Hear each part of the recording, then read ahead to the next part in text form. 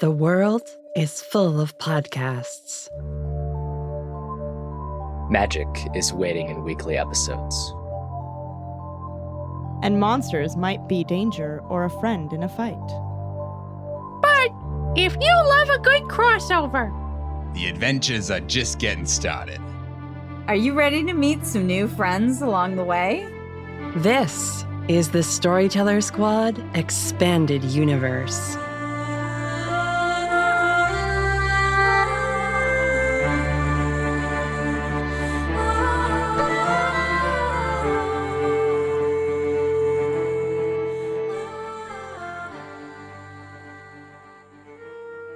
Hello, adventurers. Welcome back to the Storyteller Squad. Thanks for joining us for another crossover series. We are joined today by my lovely guests from Monster Hour. Say hi, everybody. Hi, everybody. Hi, everybody. Before we begin, let's check in with those heroes.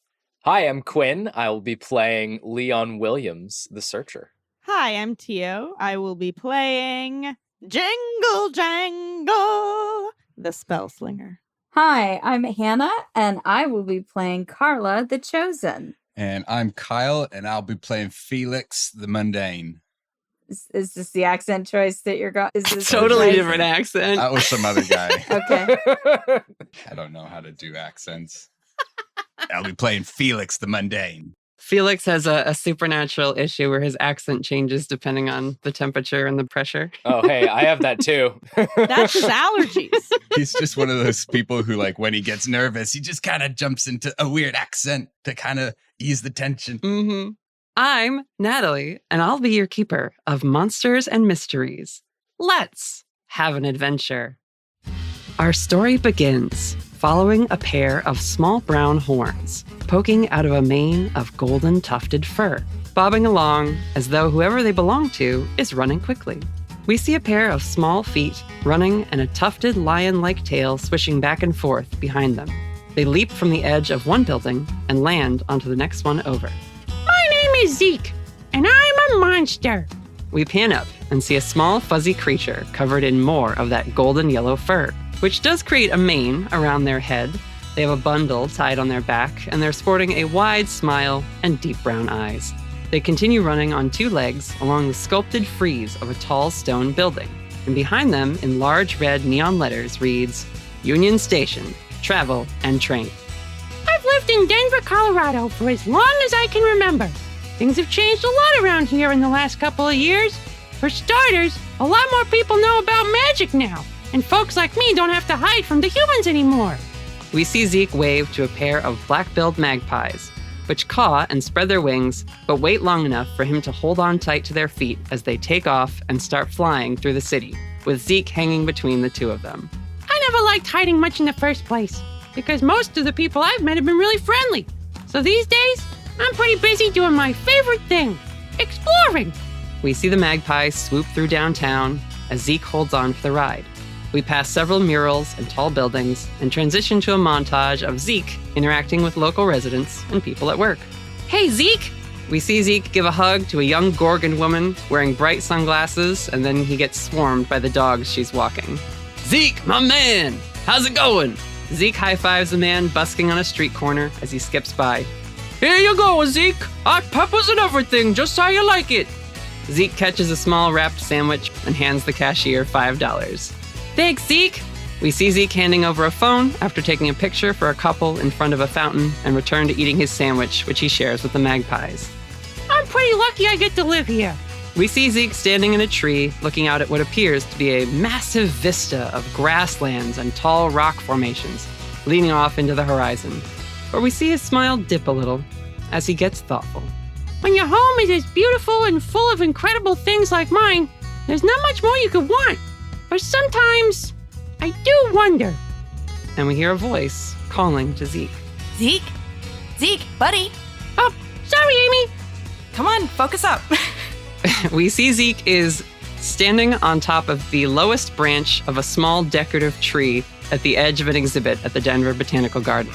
He runs over to a rolled-out hand towel and joins a group of guided yoga. Okay, everybody, deep breath in, raise your arms up, and exhale. And Amy looks over to Zeke.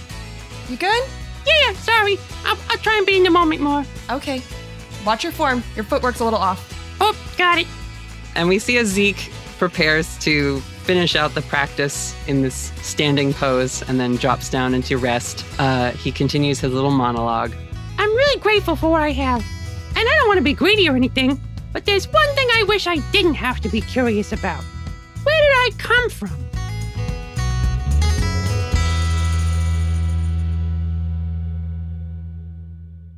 Carla, you're here at the Botanical Garden Guided Yoga Group with Zeke and some of your other yoga friends. It's being led by Amy, or her full name, Amaryllis, who is another one of Zeke's friends. What do we say? A botanical or like a crypto botanist at this point? Yeah, kind of a cryptobotanist at this point.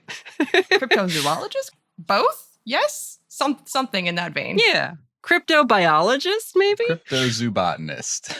Yeah, zoobotanist. Amy takes care of the supernatural section of the Botanical Gardens, which recently opened to the public after being hidden away behind a secret door and cultivated by Amy's uncle, the famed explorer and adventurer Archibald the Wicket. Striking name. Yeah, but we catch up here with Carla. Do you want to describe your character? Sure. Carla is in her early 20s. She is currently a postgraduate library studies major. You know, that's kind of a weird phase in life of doing postgrad work. She, at the local library, does some programming for children, not a story hour. This is a dedicated program on teaching children how to do research. It's not what I call a super popular program. She's trying anyway, okay? You gotta start him young. Exactly. How do you expect to write your novel if you cannot do research? So that program it's not going well, but she's put her heart into it. Carla is the chosen one. Carla does not feel like being the chosen one. She kind of has been putting it off for a while. So her chosen one abilities are often used in more prosaic activities. We catch you in this moment having sort of zoned out, and you've just been holding a one-armed handstand as part of like the yoga group for the last 5 minutes, even though everyone else has moved on. And Zeke will kind of whisper, be like, Carla, we're in down dog now. What are you doing? What? You've been up there a while. Oh. You okay? Blood rushing to your head? Oh, yeah, okay. There's like a stumble and a cool tumbling move, or at least she's hoping it's a cool tumbling move. mm-hmm. Hopefully everybody's really focused in downward dog, and Carla catches up and is out. Thanks, Zeke. Sorry, I was just, I just had this idea about, I don't know, maybe the program needs more instruction for the children to learn how to research. I'm wondering if maybe that's like there's... Yeah, I mean, last week, I think everyone's favorite portion was coloring, but we can maybe up the lecture portion another 5 or 10 minutes or so. Good. I'm glad you see eye to eye with me on this vision of mine. Yeah. You guys finish out your yoga in the park, basically. And as everyone is, wrapping up, Zeke takes his little towel, folds it up, puts it in his little backpack that he carries around with him. And that Zeke's adoptive guardian, Barb, is going to need a ride to the airport soon. Okay.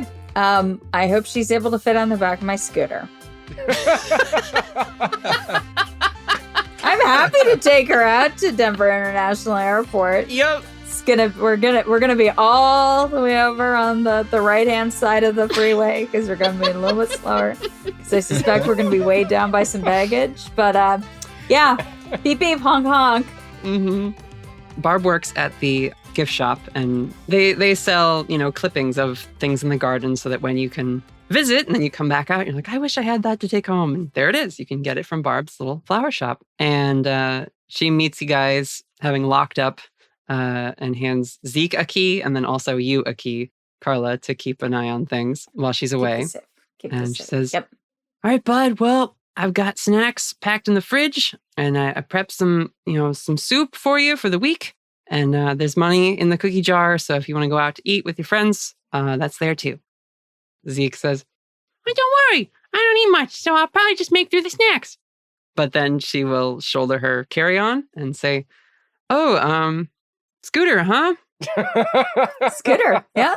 I just got her detailed. She's all shiny. Right. I Got forgot. all the bugs off the windshield. You're doing good for the environment, I suppose. Yep. Grateful for that. Okay, let's head maybe to the train station, and we'll take the train into the airport together. Okay. All right. Sounds good. Off it goes. Zip, zip, zip. So you all pile on and zip away on your scooter, and we Mhm. see as you traverse through Denver, the city is, for anyone who's been there, much the same.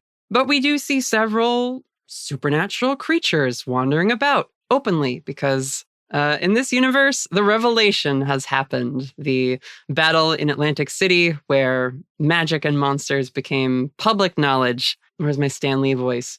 Hey there, readers. You can check it out in Storyteller Squad episodes 58 through 60.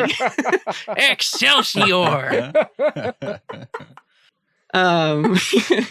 So you travel to the airport and head over to departures, and Babs will give Zeke a hug, wave goodbye, and go through checkout. But things worked out timing-wise because you are also here to pick up Zeke's pen pal, Leon. So we can cut over to you, Leon, as you are waiting in your plane, which has landed. You're about to disembark. Can we describe Leon, please? Yeah, Leon is also in his early 20s, recent college graduate, I think, at this point. He is quite skinny, a bit lanky. He's got shaggy brown hair. And I think as the plane is taxiing, he is currently writing all the letters that he forgot to write, Zeke.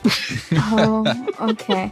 Because Leon is very forgetful and easily distracted. It's not like he never writes Zeke letters, but he meant to write a couple, and he forgot, so he's doing it now. There's one detailing the events of Monster Hour season 1 finale, maybe. Mm-hmm. Yeah. Oh my gosh, and then this happened. Yep. The Colorado-based unveiling of magic. Mm-hmm. He has also asked the flight attendant for another coffee, even though coffee service is clearly over. It's all packed away, but he's got to have it. Yeah, I think what you get is a cold cup of water with instant coffee grounds sort of settling into the bottom of it. Slurp.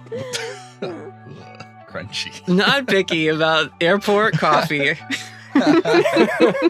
You got to do what you got to do. This is true.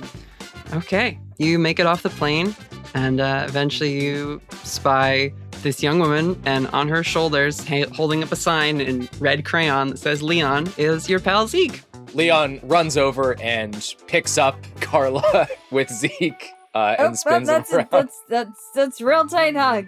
Zeke, I missed you, buddy. It's so good to see you, Leon. I'm glad you made it. It's been too long. I have some letters for you. You can put me down now. Oh, sorry. Have Carla and I met before? It's up to you. I'm Leon. It's nice to meet you. Hi, Leon. Zeke has told me a lot about you, so... Leon's a hero in Firmament. Oh, I mean, I wouldn't describe myself as a hero. What? But you have crazy adventures. That's true. Zeke will take the letters. Well, I better save these to read later when you're not around, because we can just talk in person right now. Yeah, it's like exchanging letters in real time. Yeah, it's incredible. It's almost like texting. I get a phone. He holds out a little basic iPhone. Oh my gosh, I am a way better texter than a letter writer. I'm not gonna lie. This is great. And Leon offers him a high five. Little high five, he'll jump up. Surprisingly springy. He's able to get enough air to get up to your hand. You don't have to crouch down. Oh my gosh, is it a jump high five? It's a jump high five, yeah. Nice. Incredible. Buddy, I missed you. What's new? What's going on? Well, we opened up the special wing of the botanical garden. My friend Amy, she's the caretaker. I'll have to introduce you sometime. But right now, you just got into town. What do you want to do? Can we... Okay, don't be mad and don't laugh. Can we go to the market again? I promise I won't get lost this time. Oh, sure, yeah. I mean, we didn't get to spend a lot of time there because I spend most of it getting you unlost. But yeah, we can go back. Mm-hmm. Yeah, thanks again for that. But I really want to go back. There's so many cool creatures there. I want to see them all. Yeah, sure. Carla, do you want to come to the markets? Sure, absolutely. It's so cool, Carla. Carla, you're going to love it. Carla. Leon's doing the, look at you, look at me. It's so cool. Wait, have you been? Oh, yeah, Carla's all in, the magical stuff. Yeah. Okay. Super impressive. I think she might be a hero, too. but I'm not 100% sure. She like tries to pretend she's not, but I think she is. Carla, have you heard of the Daylight Society? And we will cut away from there. Oh my gosh. Leon elicits the same response from Tio no matter what character. Yeah, it doesn't matter what character I'm playing. Sorry. Sorry, go ahead, Natalie. We cut away to the markets, or rather, just a ways off from the markets, sort of on the edge of where it becomes business district, to an area right beneath the Denver airport, where we see a very official-looking building, despite being placed amongst old pipes and brickwork and the sort of cobblestone ground of cement blocks down here in the Denver underground. But a very official-looking office building with a couple lights on that seems to have a sign that was taken down and is maybe leaning up against the side near like a dumpster somewhere. It just hasn't been picked up. It says BAE.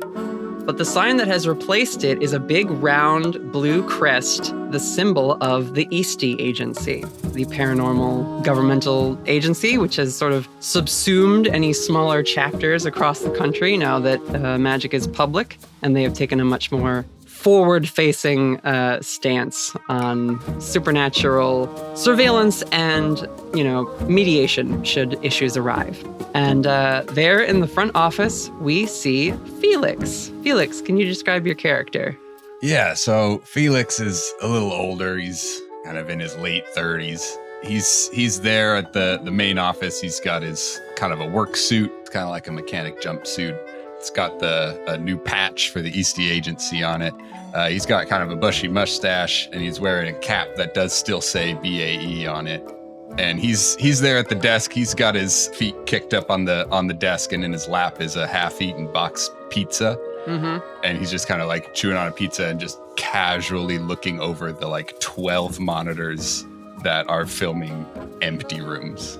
You hear a sort of like a suction sound, like someone dragging like a wet t-shirt across linoleum, and sort of inching their way into the break room with you is your only other coworker, because this office has been downsized so much by the Eastie Agency. But the only other person from the BAE who still works here is your friend Glooby, who is a friendly gelatin cube. Glooby, hold on. Can you keep it down for a second? Strike out. All right. He takes out an earbud. Glooby, a sort of like indentation impression of a face with a smile sort of forms on the front face of this gelatin cube, and a little like hand with a thumbs up comes out, and you hear them say, "Oh, hey, Felix, how's it going? Anything happening in the market?" Glooby is my new obsession. Oh, right. Switches at one of the camera feeds to the one camera that's outside the door, watching the markets. Goes, it's been pretty quiet today. Rocky's just lost again. Oh, it's a bad season for those guys. That's what I've been talking about. We haven't invested in a DH this year. It makes no sense. Typical. Well, I just scrubbed the floors of the amphitheater, so I was just gonna keep making the rounds, keeping the dust down, That's important. Thank you very much, Glooby. Glooby? Glooby with a B.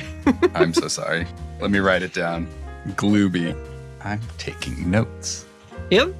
Oh, that was out loud. I'm so sorry. You're fine. Thank you, Glooby. How's the dust level doing today? I know you make your rounds. Well, we haven't had any speakers or anyone from head office down to give a talk. The last one that they gave, that was when they handed out all the slips. So, not sure we're going to be using the room much in the future, but it's what I know. Keeping things clean, spick and span, what they say. Gotta keep the lights on. That's right. Well, that's a good reminder. I do have to go and fix the lights. I start looking through my little toolbox of various tools. You need a spotter? You shouldn't be up on a ladder by yourself. Yeah, Gloomy, if you want to come and hang on to the ladder. Sure. It's because of all the giants that used to work here. They put those electrical circuit boxes 12 feet up.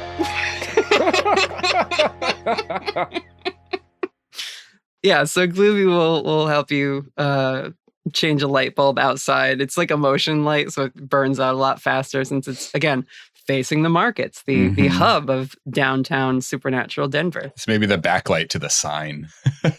Well, the bosses wouldn't like to see this turned off. Right, yeah, it reads Easy Agency right now. Oh, no. It's attracting a very different clientele. I was going to say, Felix keeps calling it the Easy Agency anyway. This job's a piece of cake, honestly. But as you replace the light, you do notice a bit of a commotion happening in the markets. And Glooby, a little eye rotates around one face onto the other face. So they're both now looking in two directions. Like a horse. Yeah. Well, like a square horse. The Colorado square horse. Do you think we should intervene? We just hear a commotion or we see something happening? There's like a roaring and like some shouting happening, and there's sort of a crowd gathering around one of the shops. Mm-hmm. Yeah, it seems like it might be trouble. I'll check it out, Gloomby. Why don't you just wait here? Well, don't worry, I can finish up. And you see they become a friendly gelatin rectangle. Absolutely, Gloomby. I'm so sorry that I doubted your agency. Please carry on here. I get off the ladder and kind of straighten the little jumpsuit and cap firmly down on my head. Yep. All right, I'll be back. Are you Mario? What's going on? I'm sort of picturing a mixing of Mario and Scruffy from Futurama. What's going on here in my marketplace? Yeah. You know, he might be channeling a little bit of that. When you come over to the crowd and scoot your way through, you see a blue grizzly bear standing on their hind legs. They do have a clerk's apron on and tied in the back over their fluffy bear tummy and sort of a little visor over their head. And they're just growling and snarling at these two teens who one of them has a Polaroid camera and they're taking pictures of this big footprint that's been depressed into the stonework here. And the other one is sort of mouthing off at the bear, being like, "You can't tell us what to do. It's an open place. This is a public space." So there's an argument happening. Oh, hold on. Let settle down, everybody here. Easy Agency on the scene. What's going on here? What's the source of this the trouble? And you see that normal-sized blue bear, who they're your neighbor. They know who you are. Yeah. They go, Felix, you gotta get these kids out of here. They keep pestering my customers. They're trying to interview them again. Interview him? Do I know this person's name, or is this my agency to invent a name? the teens or? The blue bear. His name is normal-sized blue bear. Oh, normal-sized blue bear. Okay. Of course. NSBB?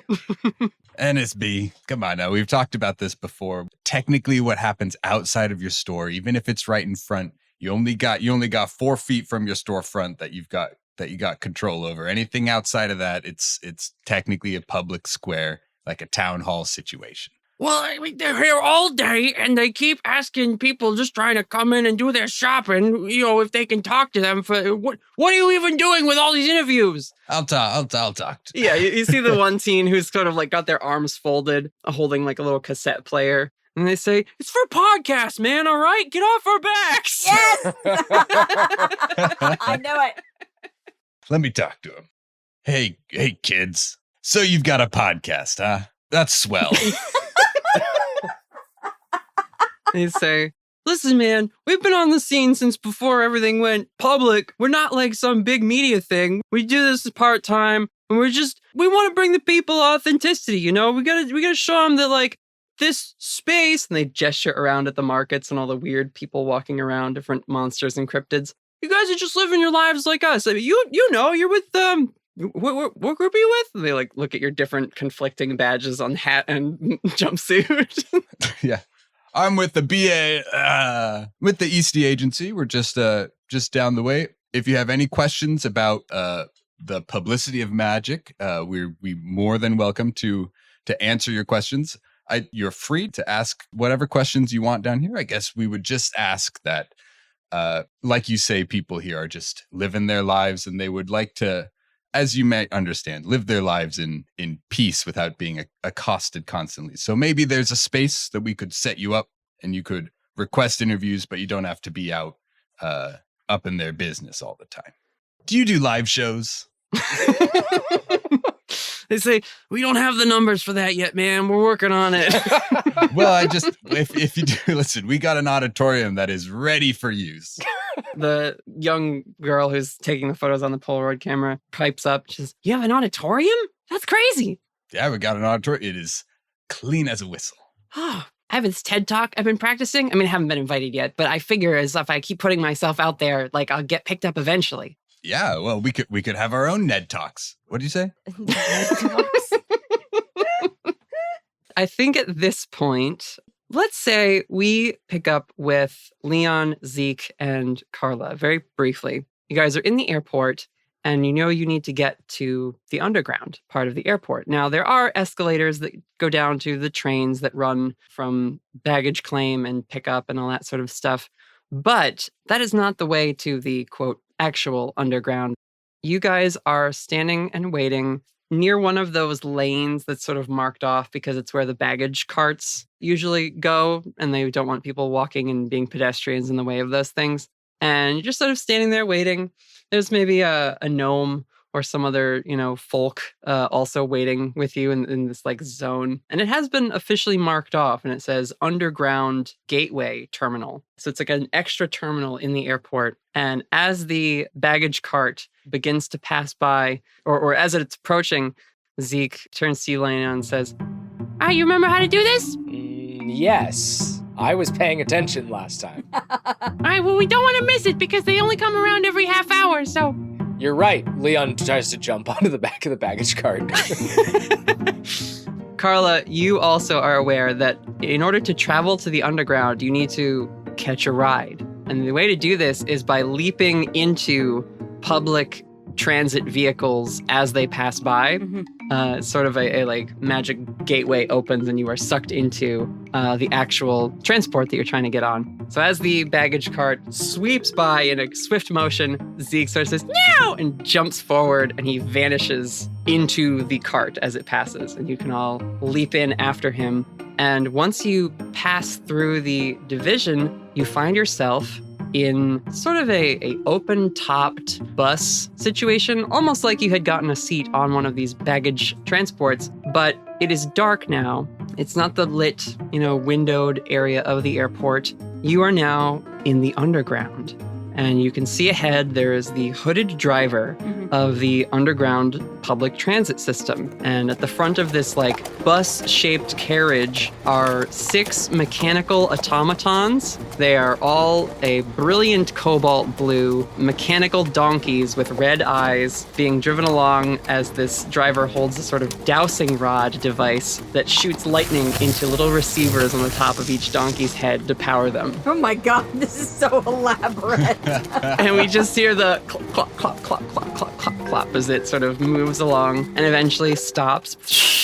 And, steam shoots out from different portions of the mechanical donkeys as they have their hydraulics rest for a moment. And Zeke says, "All right, we gotta go to the markets. Let's go." and he'll reach into his little backpack and toss a quarter at the driver. Is tipping expected for every passenger, or is it per group? Well, it's the fare. You've got to pay the fare. Okay, then I also need to. I also pay the fare. All right. Yeah, there's no phone app in this world. Right. Yeah. Right. Okay. Do they take money like U.S. currency, or do I need to pay them in magic? Wishes and promises. I've written down a secret on a piece of paper and folded it up, and here it is. Leon puts 2 quarters down. Incredible. Yeah, you see there's all sorts of things in the little repository for payment. There's a bunch of quarters, there's some singles, there's an unopened pack of gum, there's more folded pieces of paper from other folks, there's some acorns in here. Okay. It's a very flexible economic system here in the markets. Pay what you can. Leon does a double take. Starts examining the currency. No, Leon, those are not your wishes to take. Leon, no. No, I'm just curious what people are paying. Hey, come on, they're gonna leave. And you see the donkeys all exhume more steam. All right, let's get going. Wait, no, I want to pet them. No, Leon. I jump off and run up to one of the donkeys and try to pet it. Okay, act under pressure. Oh my gosh. It's the first roll. First roll of the game. Would you describe this as a monster phenomena or mystical effect? Yes. Excellent. I get to roll plus weird then. Okay. All right, that's an 8 on the dice, plus 2 is a 10. You are able to put a hand on one of the donkeys.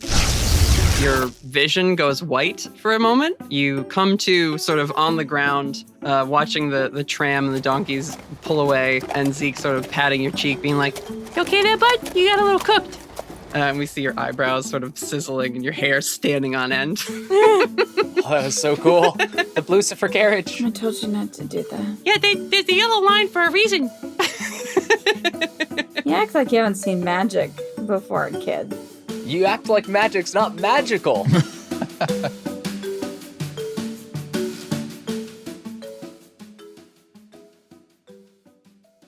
Jingle, jangle. No. It's pronounced jingle jangle. The singing is an important part of the pronunciation. Gotcha. It is a tonal language. All right, I'll work on it. Thank you for that. You see some curious, but a couple of them are familiar folks getting off of the market tram as you sit on a nearby bench, just sort of taking a break from your excursion down here in the markets. Can we get a description for jingle jangle? Excellent pronunciation. You may become JJ going forward. Understandable. Yeah, okay, so JJ, Gigi, however you want to pronounce it. And actually it's jingle jangle is the sound that you hear when you wake up and you have a fear from a dream that you wish that you never had seen in your eyes at night when you're sleeping. That's the full name. Kindred names are wild. I did make that up on the spot, so I hope you all enjoyed that. So JJ is a kindred, which is the closest approximation is a fae, but I'm playing as a spell slinger. Now, to be clear, kindreds, they can look like whatever they want to look like. JJ really likes the Trolls movie franchise and has purposely chosen to look like trolls, but if a human looked like a troll from the Trolls movie. It's like somebody cosplaying a troll. Yes, there we go. Incredible. Okay. JJ looks like somebody cosplaying a troll from the Trolls movie. JJ has, it's called oil slick hair, but it's iridescent from every angle. It looks slightly different, like it is an oil slick. There's purples and greens and some browns in there, and it's hard to pin down. Sorry, what was the question? That was the question. How tall is JJ? Are they like 3 foot tall like a halfling, or are they like full, human height? It's unclear. Every time that they stand next to something, it's like they're a different height. So sometimes Okay. you're like, are you 4 feet tall? Are you 6 feet tall? Yeah, get next to Carla. Taller than Carla on the left, but then if they move to the right, Yeah, and then get next to Zeke. You're shorter than Zeke. how does this work? Yeah. It's a real Grant Anthony O'Brien situation. I was about to say, this is a college humor sketch, and that is what we are doing here today. Incredible. I love them. You happen to see your friend Zeke and a couple of his human friends get off the tram. What do you do? Hey, buddy! How's it going? They say that. I've learned. What would you like Zeke to call Jingle Jangle? I think J-Juice, Go on. if that seems in character. Otherwise, JJ is fine. So I'm gonna make up a bunch of J nicknames going forward. Yeah, I think that's fine. It's a game they play. Oh my God, Jazzy J, it's good to see you. And they'll run over to you and give you a hug. I hug them back and I go, I've learned. This is how you hug. Incredible, you're doing so great. I mean, I have the best teacher. Zeke is furry, so it's hard to tell whether he blushes, but he does that thing where he puts his hands behind his back and does a little foot shuffle. Ah, shucks. Well, hey, what are you doing in the markets? Well, you told me that this is a good place to observe and learn and get with the program, because that's a saying. I've written it down, you see, and I use it often. Yeah, that book is almost full. Wow. Yes, they're all sayings, many of them from late night television. It's very useful. Kindred. Yes. Leon, just apropos of nothing, has stepped up behind Zeke and said that. Gigi, have you worked on, and I hold up a hand for a high five? JJ starts to lean into like butt foreheads and stops and goes, ha, and high fives. Yes, there we go. We have a very good high five. I've learned that one too. Now, to be clear, most kindreds actually know quite a bit about humans, but for some reason, JJ just like never picked this up. Is just like essentially an alien on planet Earth. Mm-hmm. It's their remedial study abroad period, so they are catching up for lost time. They were a very sheltered kindred. They really only interacted with other kindreds. They weren't allowed to make any deals with humans No. or form any pocket dimensions. Gigi, the next step is down low, and I hold my hand down. Gigi shrinks to be at the appropriate height to give you a high five at like a regular person would. You know what? It's a good start. You said down low, and then Gigi makes the sound of whatever. Like perfectly recreates that sound? Yeah. Okay.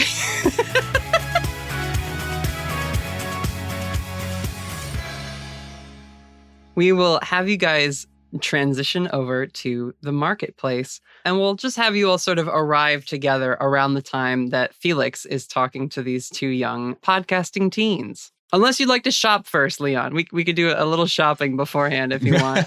Oh my god. Oh, this is my bread and butter. Leon is 100% in for a shopping montage.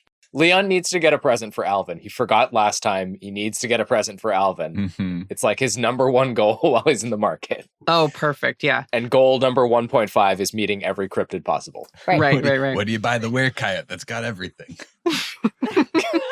Cheese snacks. Always a great option. Mm-hmm. Yeah. We'll say, Felix, you're talking to these teens, and you see one of them keeps shifting their eyes down. Like they're talking to you, but their gaze is constantly distracted, sort of down and past you. And when you turn, you see that Zeke has pulled out a little magnifying glass and is kind of doing the cartoon, like nose to the ground thing on the footprint that's on the stonework here. And he's just sort of peering and looking and like making a lot of like, Mm-hmm. Leon is doing the same thing behind him. Great, yeah. Is this an appropriate time for me to roll Destiny's Plaything? Sure. The beginning of each mystery, roll plus weird to see what is revealed about your immediate future. 10 plus, keeper will reveal useful detail. 7 to 9, vague hint. On a miss, something bad is going to happen to me. So, Okay, let's see. let's see. So that's a 7. Ooh, skirting by. Yep. Okay. A mixed success is still a success. Yep. Yeah. Carla, you will know, or you can read from the situation, that a casual day with Zeke in the markets as part of your like agreement with Barb to look after him is about to turn into one of his hijinks-filled adventures, and even more headache-inducing, Felix is here. Yeah, I turn around and go, oh my gosh, a dog. Oh, no, Zeke. Oh, hey, Felix, how's it going? Holy cow, that's a big footprint. Did you see what made this? No, I turn back to normal-sized blue bear. Did you see what made this footprint? It's definitely not normal sized. Yeah, he's like packing up some like different sodas into the vending machine he has outside his shop, and he says, What? No, I don't have a memory for that kind of thing. I'm face blind. he kind of puts a big paw in front of his face. He's a face blind bear. But are you foot blind? I don't know. Why don't you ask those kids? They've been out here with a camera the whole time. Sure. Kids. They turn to you, they say, well, yeah, we actually talked to the person who was here, leaving the big footprints. Huge guy, real hairy, like, real polite, though. Whoa. Had a big foot, huh? Absolutely. That's a mystery. I don't know who that could be. Felix, you hear a sort of like high-pitched whine begin, and you look around for the source of it and realize that it's Zeke, just mouth agape, freaking out. Oh no, Zeke, are you okay? Do you I got a first aid kit here somewhere. Hold on. Wait, could it be? Oh my gosh, Bigfoot was here! Pardon? I've always wanted to meet him. I always thought that he's like the most famous cryptid out there, and he's been around forever. Maybe he knows who I am. Oh, the gentleman with the big foot. Yeah. You call him Bigfoot? Well, I don't know. It might be some other person with a big foot, but I mean, it's the first lead I've gotten in a long time. Wow, it seems like maybe they've got a name or something. Yeah, that'd be like calling me troll hair, and I don't. Speaking of, hey, troll hair. Oh boy. I mean, I do like it. I did choose it. Carla? Felix. I straighten my hat a little bit more. I'm feeling this headache like settling. It's like right here. While they're in a standoff, can I pull out my like microphone, tape recorder, magnifying glass, basically everything mirrored of what these teens have? Normal Bear is And gonna so- lose his damn mind if you're doing this. Me and NSBB are cool. Are you? Leon thinks they are. I mean, You bought a shot glass last time you were here that says "I love Denver," but the heart has eyes all over it. So you're like, I'm in with this guy. I know him. Uh-huh. Yeah. But I would like to approach these two teens. Did you see which way Bigfoot went? They say, yeah, he was carrying a basket. He picked up some groceries over here at the market and then headed that way. Thank you. We didn't get him for long. Again, don't listen to what normal-sized Blue Bear is saying. We don't bother people for very long. It's like very quick interviews, and we always ask consent first. So, like, I don't know why he's so upset. I think he's just a grouch. Yeah, right? I don't know. You're just trying to get the information. And Leon just starts vibing with these teenagers. You're doing a podcast about podcasters. What do you guys even use to record? Like, do you have Pro Tools or do you all do everything in Audacity? Or We're old school. We use cassette tapes and then play that into a digital feed to, like, record the graininess of it. Whoa. That's so cool. Oh my gosh. Lo-fi podcast? It's our brand. Hey, okay, let's exchange information. We gotta chat sometime. Our audio department, the Daylight Society, might be able to use some whip smart kids like you.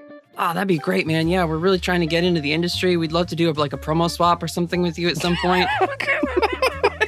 They hand you a card, and the girl with the Polaroid fishes around into like the little shoulder bag she's got and takes out a developing Polaroid that she kind of shakes and then hands over to Zeke and says, if you really want to find this guy, I took a couple extras. You can use this to try and find him. And Zeke looks at this little picture. And again, it's dark down here. You're underground. But there is this sort of looming, hairy shape behind the two of these, young teens who are doing like selfie poses. Respect. And it cuts off the head, right? Because they're like using a Polaroid. They can't actually look at what they're getting. So they just kind of guessed and like took a couple. Yeah. Mhm. But yeah. Would we know anything about, like, do any of us have any kind of background knowledge about the Bigfoot? That would probably be, I guess investigate a mystery? Or maybe just like a sharp roll? Mhm. I have -1 on sharp, so somebody else would like You to- triggered the question. You're going to roll. Oh, man. Oh, Oh. hardball. When lets other people rule when we have good ideas. Well, Aunt Natalie is going to make you play by the rules, at least in the first half. That's a 5. That's a 5. I don't know anything about Bigfoot.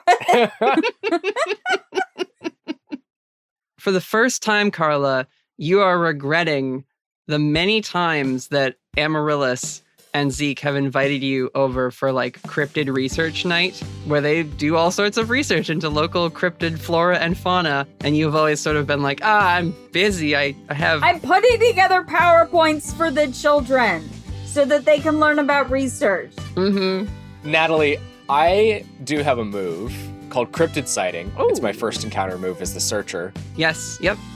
You take notes on any reports of strange creatures. Whenever you see a new type of creature, you can immediately ask one of the investigative mystery questions. Would seeing this Polaroid trigger that? I don't think so, because again, it's like a poorly Okay. developed Polaroid taken in a dark, cavernous Fair. place underground with like incandescent lights that kind of flash sputteringly. Just be a tall man. Okay.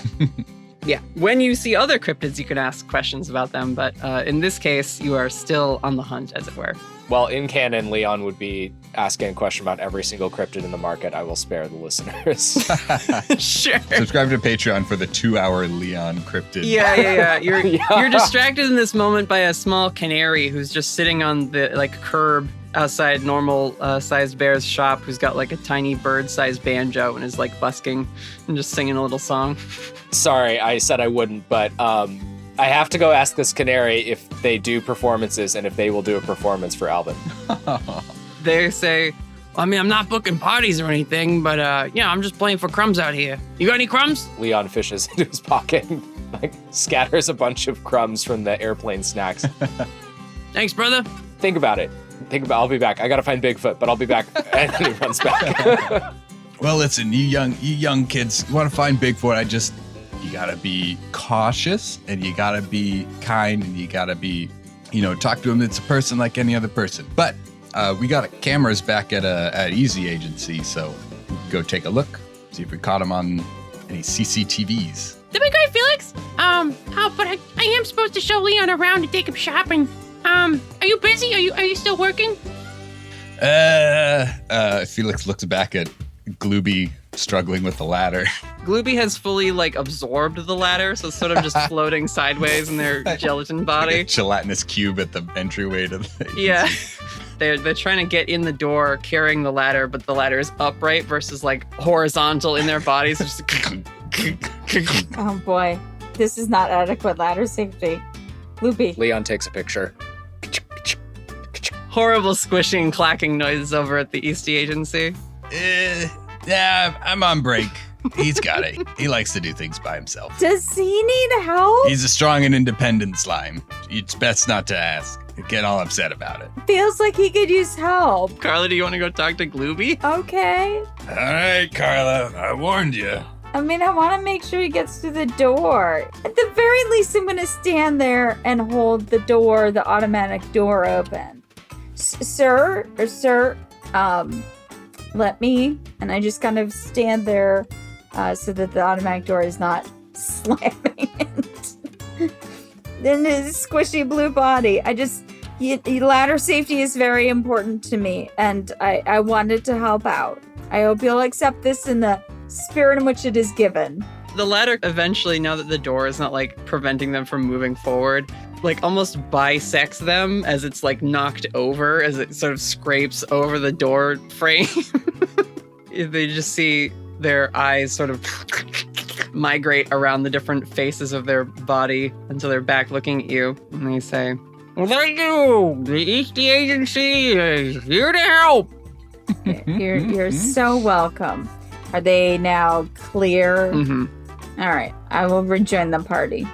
Leon, what other kiosk have you dragged the group over towards while Carla's helping the cube? Oh, Leon is left to go the direction that the kids said Bigfoot was going. You can follow the footprints. They just lead, through the marketplace, sort of meandering. Occasionally they'll go into a shop and then they'll step out again. And are these footprints impressions into the cement?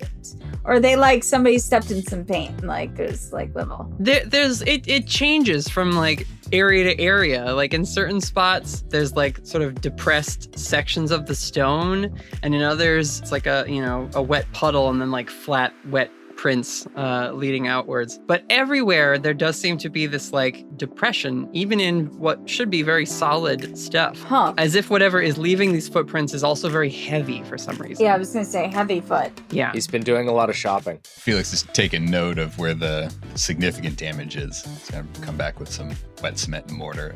Public safety is very important to the Easty Agency.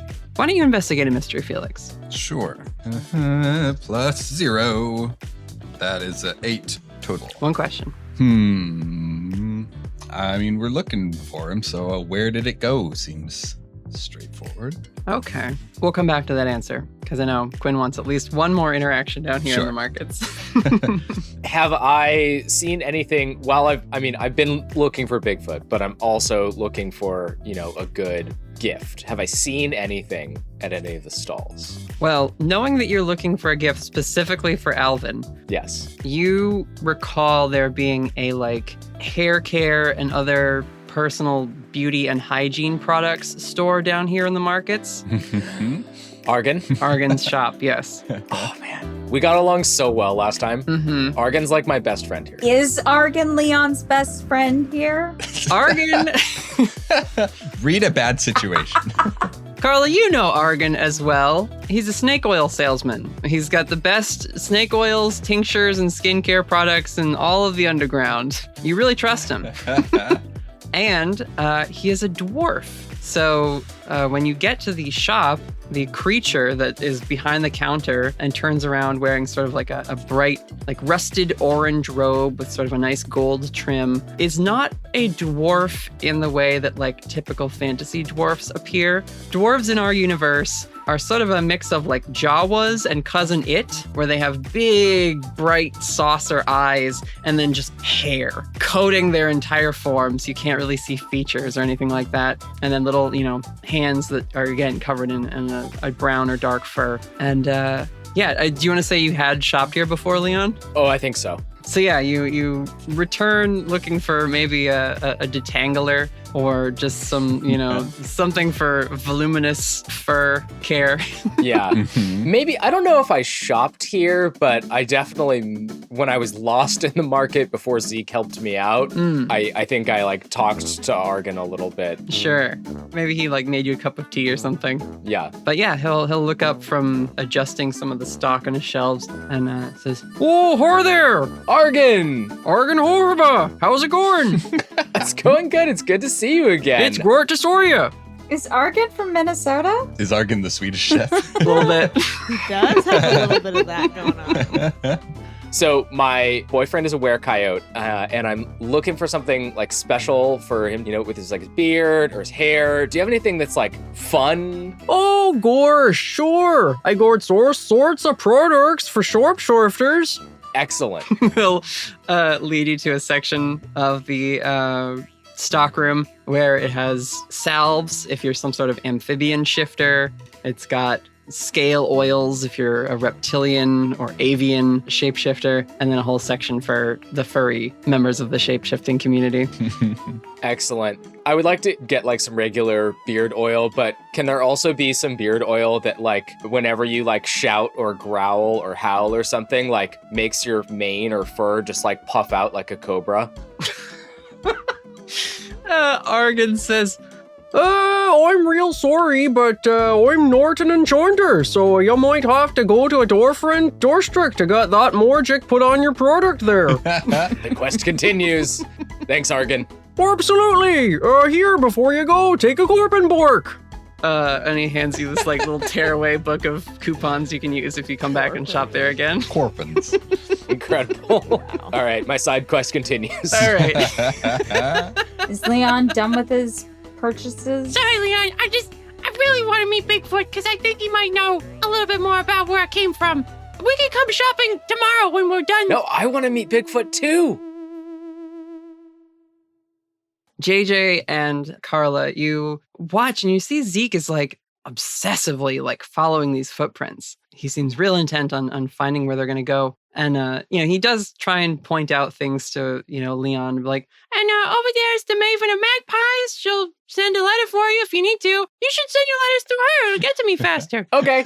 Yeah. Lots of different shops down here. If you ask more people about who is leaving the big footprints, they do mention a tall guest to the markets who doesn't come by very often. In fact, most people here have never seen them before, but they describe, a tall, sort of hairy person carrying a basket with these big feet that leave these depressions everywhere they go.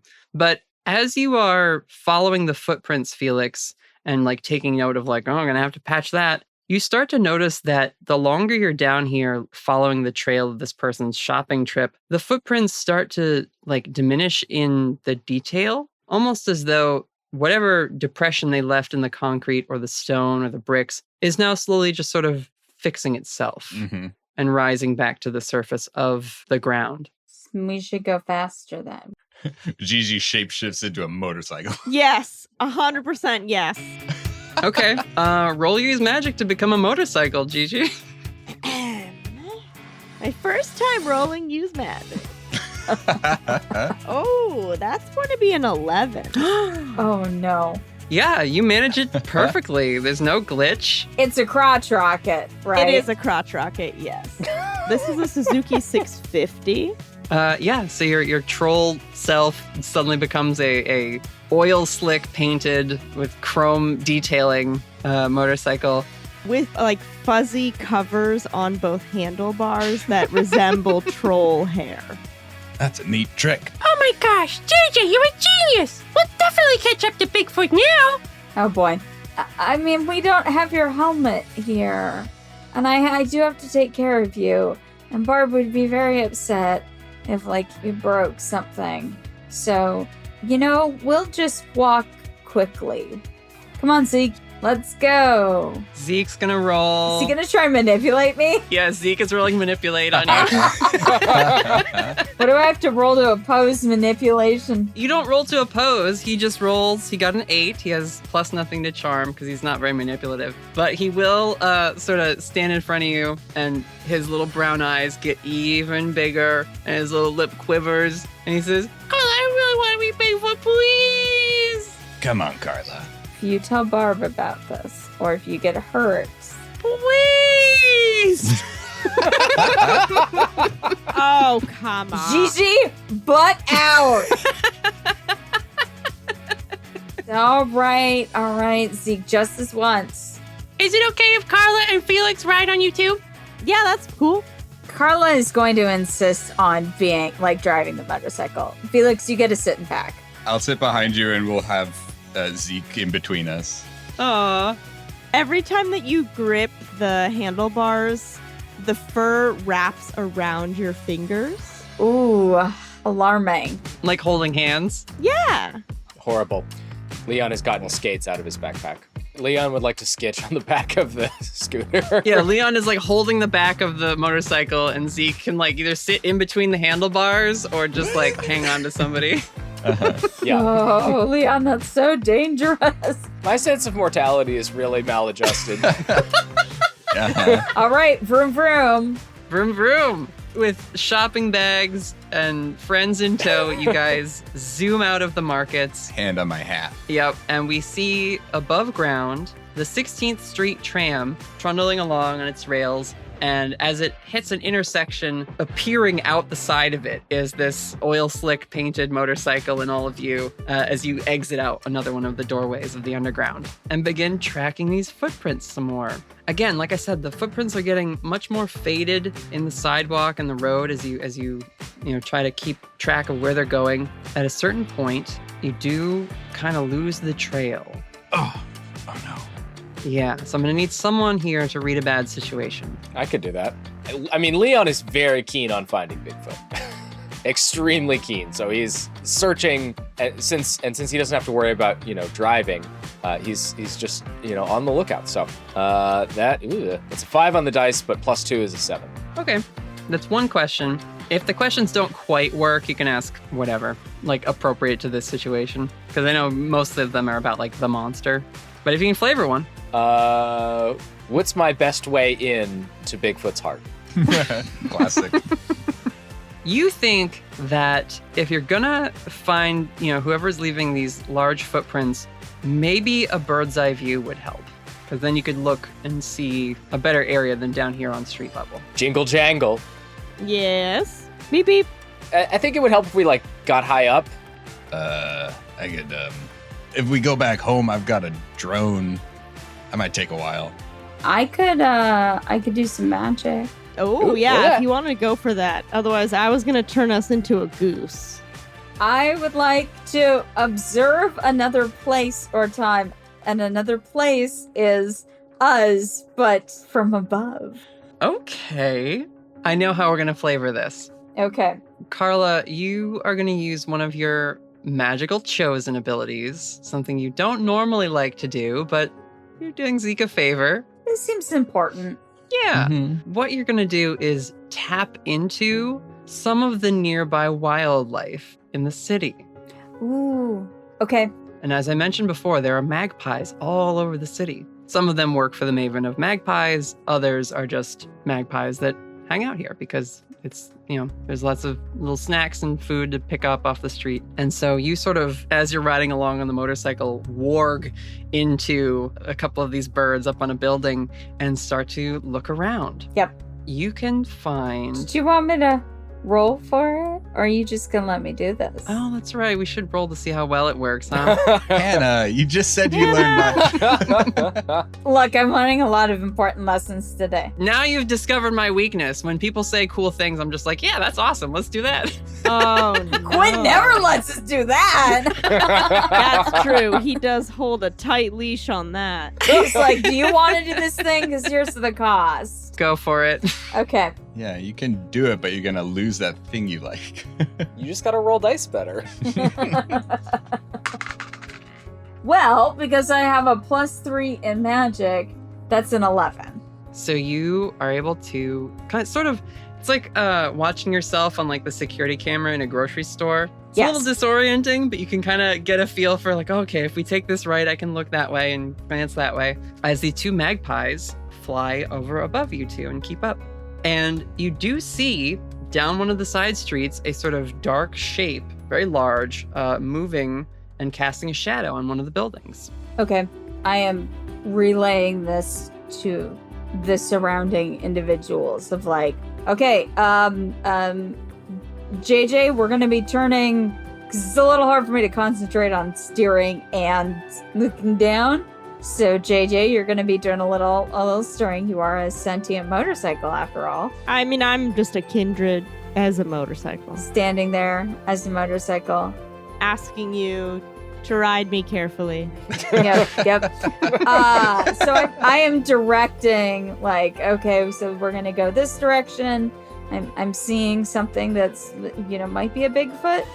So we are driving confidently in the direction of Bigfoot. Mm. Okay. Yes. Jingle jangle, you follow the directions as quickly as you can. Zeke does have to stop you a couple times, Red light! That's a red light! You gotta stop!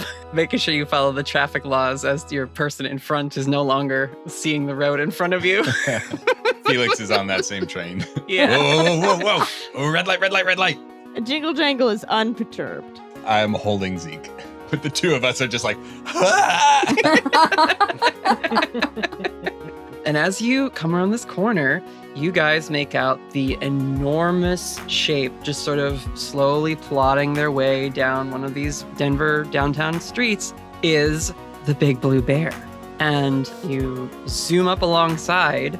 Zeke looks a little disappointed, but he does say to Felix, Well, maybe they've seen where Bigfoot went. That's true. We lost track of the tracks. This could be anybody.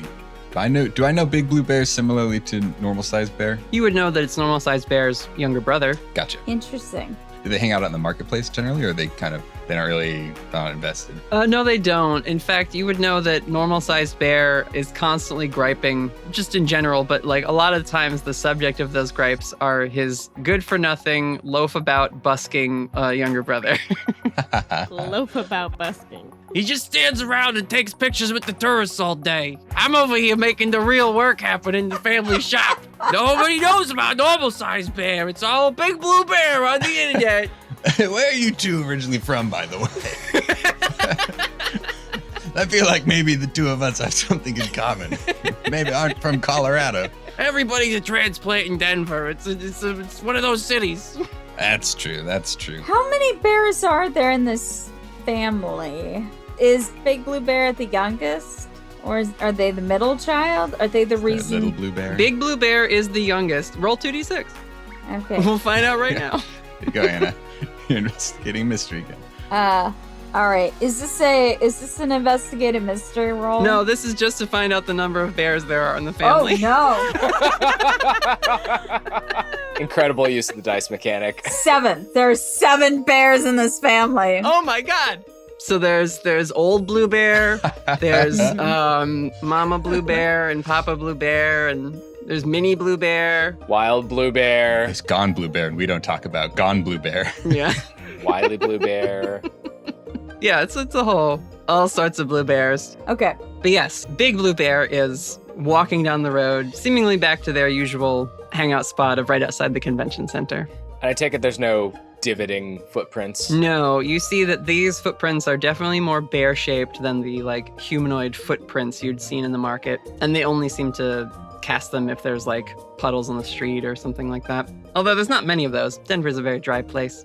I presume we probably catch their attention as zooming up on a big loud motorcycle. You can sort of zoom up ahead, and they will stop and then carefully not put their foot in your path, and they say, "Oh, hello. Hey, Big Blue, out on a stroll? Just enjoying the sunshine." Haven't happened to see any big tall fellers with big feet, have you? Tall, big feet. They scratch their muzzle with a big blue paw. Did speak to Isaac earlier this morning. Said he was in town for supplies. Isaac. Now I kind of look to the rest of the group. Who's Isaac? What does Isaac look like? Little fellow. And he holds up a paw at like 10 feet in the air. We got a Zeke. Do you have the photo? Oh, yeah, I got it. Takes it out of his backpack and hands it over. You recognize this torso? Bear kind of squints because it's a very small photo and you're on the ground. What is this, a picture for ants? Yeah. Hard to see. Looks like that was taken in the dark. Spot on, Big Blue. Does Isaac leave really big, heavy footprints? Yes. Trolls tend to do that. Troll. And Leon looks at JJ. What, like the animated kind? I say through my exhaust pipe. That's where you're putting the mouth on the motorcycle? Yes. That's a choice. Yeah, that's right. Okay. You heard me. Oh, incredible. You're not super versed with motorcycle anatomy, you know? Where does Isaac like hang out when he's in town? Where can we find them? Isaac lives in Breckenridge. It's a ways over there. And he gestures towards the mountain range that you can't see because you're surrounded by skyline, but off in like, the neighboring mountains, basically. There's like a pub in town he likes to hang out at, maybe? Somewhere closer? Trolls tend not to stick around in one place. They wander. Okay. Trolls. Are they furry? I ask myself. Do you want to roll investigate a mystery? Sure. I'll investigate a mystery. It's like racking my brain from anything I overheard back when people worked at where I work. Mm-hmm. That is 9 flat. Okay. And 1 question. Zeke's gonna help you out. Help out is +2. He rolled an 8. +2 is 10. Hey. Hey, my buddy. Heck yeah. Thanks, bud. So trolls. Are they furry? What do we know about trolls? Zeke says, Well, trolls can kind of be made out of anything. Oh.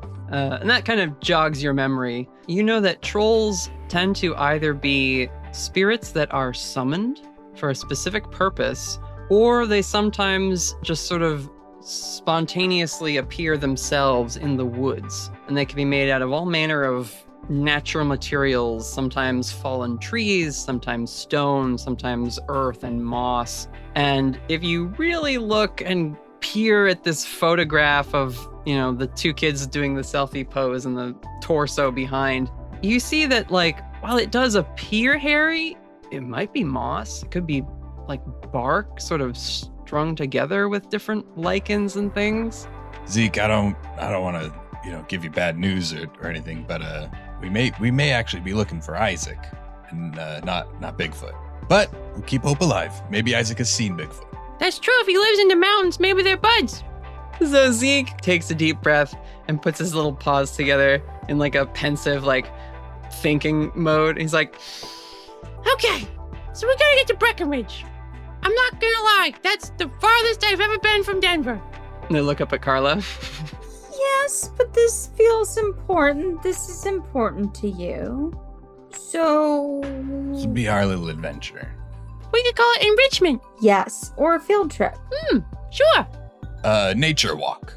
Oh, using the word walk liberally there. Yeah, speaking of which, if we're going really far, this motorcycle is not what I would call comfortable.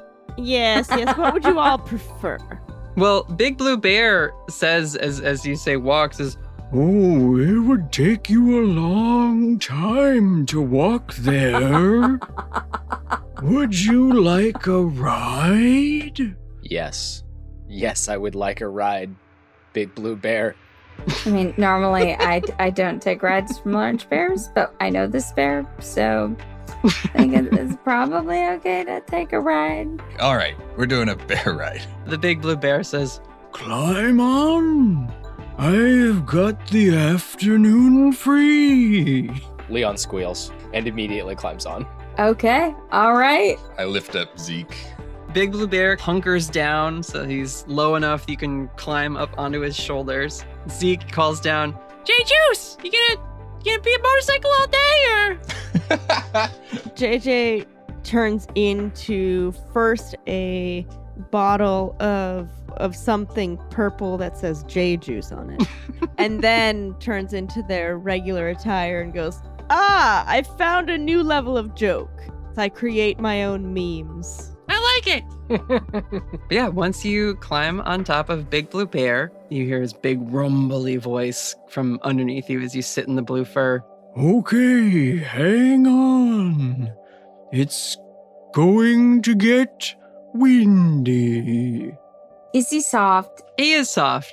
There's this weird thing where, like, from a distance, he appears very polygoned, but up close, you can tell there's definitely blue fur on this bear. Okay. But yeah, Big Blue Bear takes a few steps, and you guys are walking, through the city, and you're like, I don't know, maybe if we walked, it would have been faster. They're moving pretty slowly. But you then start to see the 7th and 8th floor of some of the skyscrapers in town. Mm-hmm. And then you notice that the cars below are getting much smaller. And you see Big Blue Bear just taking steps into the air and little blue clouds forming under his paws. Sick. And just starts to climb his way up these sort of invisible or perhaps conjured stairs to the point that you are now walking in the clouds on Big Blue Bear's back. It's so cool. I hold on very tight. You see stretched out before you the vista of Colorado and the square roads all around it and different meandering trails in and out of the different suburbs. Everybody get close. Selfie. Hey. Zeke pops in the middle. Everybody say adventure. All right, 3, 2, 1. Oh, I was blinking. Wait.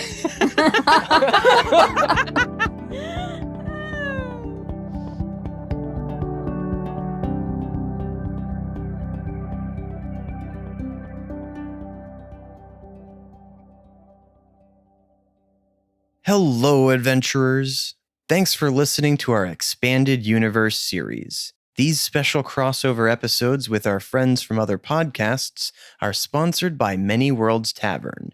Many Worlds Tavern is an online coffee and tea company, offering a wide range of coffee roasts and tea blends for your game night, morning routine, or whenever a cozy drink is just what you need. The brews and blends from Many Worlds Tavern can help you and your players stay focused, energized, and transported via aromas and flavors to the different settings of your tabletop games. You can find a link to their store in the episode show notes.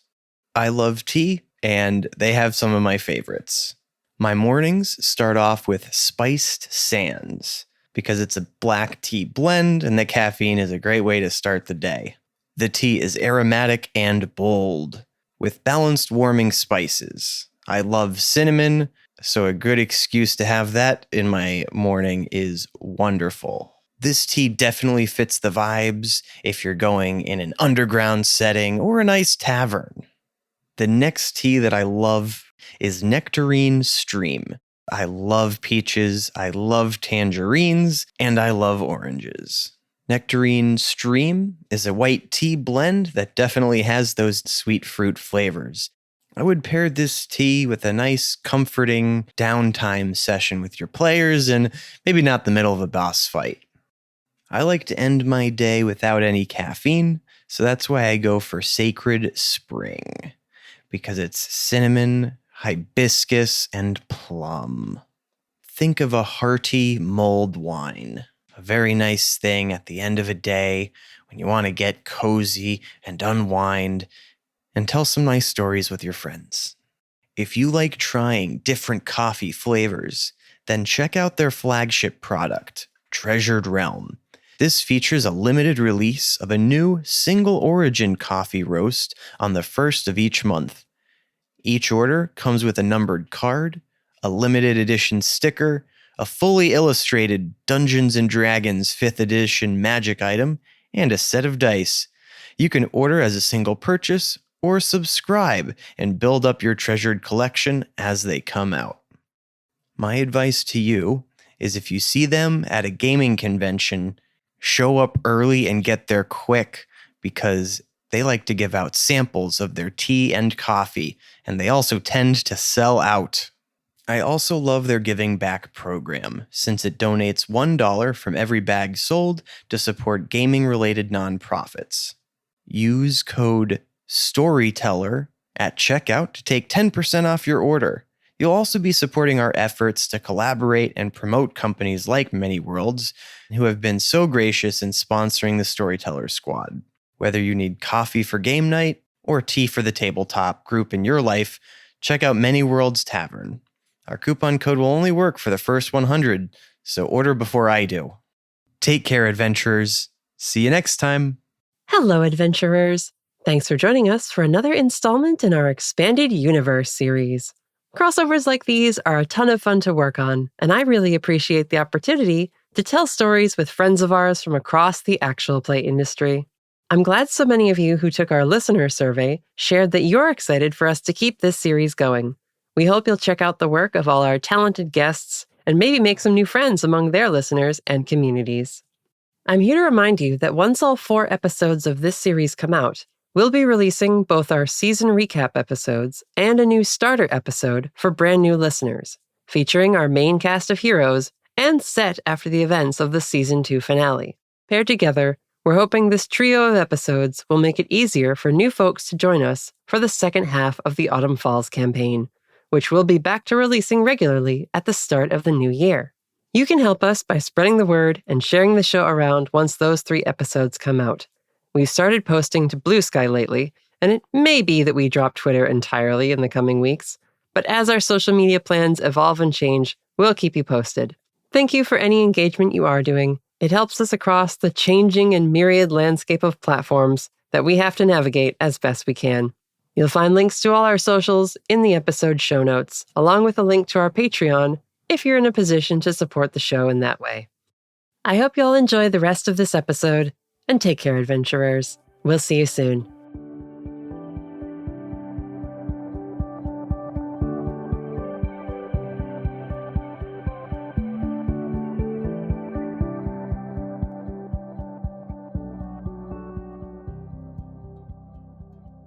So, as you guys are up there on Big Blue Bear's back, you're in the air, just sort of walking along for a while. You're covering a lot of ground.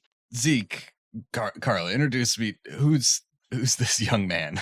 Oh, this is Leon. He's a hero back where he's from in Firmament. Oh, another hero. It's nice to meet you. Hey, nice to meet you too. My name's Felix. Wait, why do you have a BAE shirt? Or was it the hat? It's Cap. Former employee. Do you know my friend Pax? Leon's apparently just asking if everyone knows his friends now. Oh my gosh. That's a very name-droppy thing to do. It's very side character of him. Yeah. Yep. Felix will definitely be like, well, there's a lot of us agents kind of came in and out of the agency. So, I bumped into PAX every now and then, but we didn't do any quests together. Quests? Missions. Felix, go ahead and roll manipulate someone. Okay. Because I know that's a lie. Yeah, Felix was the janitor and did not ever meet any of the agents, actually. That is a 10 plus 2, a 12. Wow. I'm very good. I'm incredibly practiced at this charade. This is not the first time. Leon is impressed. Yeah.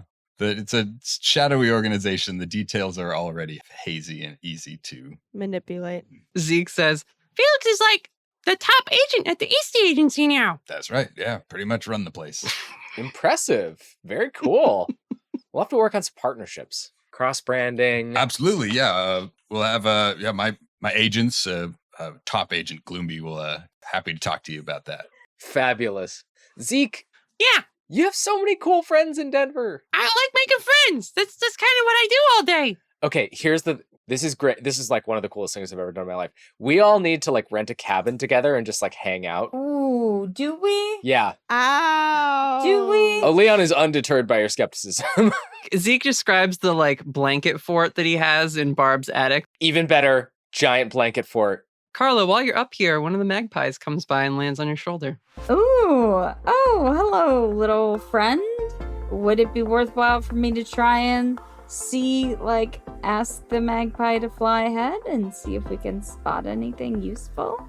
Or are they here just to have a chat? Mostly, I'm just curious how Carla's feeling in the moment, because this is very chosen one territory to be riding on the back of a giant mythical creature and helping a young friend on a quest. Yeah.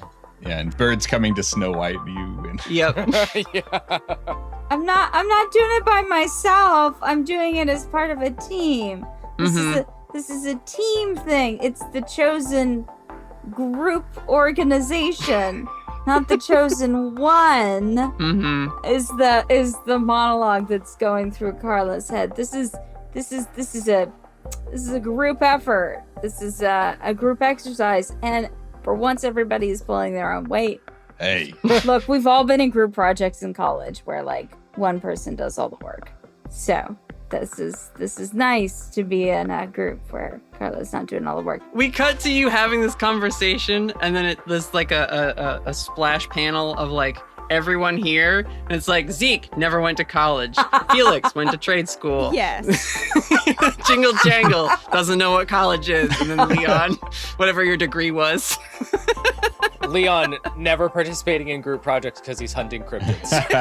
Yeah. No, he's the reason that people hate group projects. Yeah. Oh, that's the perfect caption over Leon too. Yeah. Okay, so I guess I look at this magpie and I'm like, hi, hello, hi. You don't have a quest for me or something, no? Please don't tell me you have a quest. I am not taking quests at the moment. Flies off. It's a good chat. Bye. Carla, were you talking to a bird? Yes, what business is that of yours, Felix? I was just trying to clarify the situation. It was a little strange. We're on the back of a bear that's climbing through the clouds. That seems like a weirder situation to me than me having a little chat with my bird friend. Just saying, it sounded one-sided. Carla huffs and turns away from Felix. One-sided. I mean, technically he's correct, but she is offended. Deeply. Yeah. How dare you ask me about my magical powers? It's personal. That's like asking someone's salary. I was just curious, this magical world we're in. I talk to birds. Oh. There's another dramatic sigh Mm-hmm. from Carla. Jingle Jangle. How you feeling? I think JJ is kind of just along for the ride and just watching, very fly on the wall scenario. Doesn't really know what the appropriate course of action would be, so very much leaning pretty heavily on following Carla's lead. Mm-hmm. I think JJ, even with JJ's limiting Quinn's gonna not like that I'm saying this, but even with JJ's very limited understanding of how humans work, JJ has picked up on the fact that being a Leon is probably not ideal. Being Leon's great. I don't know what you're talking about. So just instinctually kind of knows I will channel Carla. I will be like Carla. So I think JJ is going to, with Hannah's permission, more or less kind of follow along and almost be like the TA that is like just like right behind the teacher saying the same thing as the teacher. Yeah, that is JJ right now. I think Zeke kind of sits next to you, JJ, for a minute and like sees you watching Carla and Felix's interaction there, and he says, They've got like a rivalry going. Have I explained how that works? It's like Betty and Veronica from those pictures you've shown me. Ooh, not the one I would have chosen. Not exactly. There's a lot to catch we're up on. both fighting here. over Zeke's tension.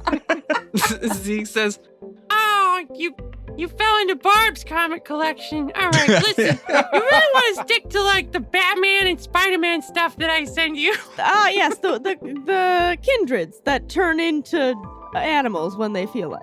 Yeah, that it resonated. The Animorphs? Turns into animals. They turn into animals. Oh, Spider-Man. Look, as a kindred that's still kind of grasping what humans can and can't do, the concept behind Batman, the concept behind Spider-Man, instinctually the assumption from JJ is like, yes, a man who occasionally likes being a spider. Yes, a man who occasionally likes being a bat. That's not far off. If Batman dresses like a bat, He and to does! a kindred dressing like something is being it. Yeah. Yeah, so that's where JJ's at. Anyway. Leon, you're at the head of Big Blue Bear, right? Yeah, I've lost interest and now I want to go talk to Big Blue Bear.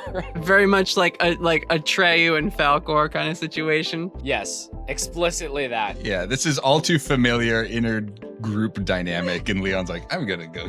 Yeah, Leon pieces out often. But yeah, Zeke will just sort of climb up onto your shoulder and enjoy the view for a bit.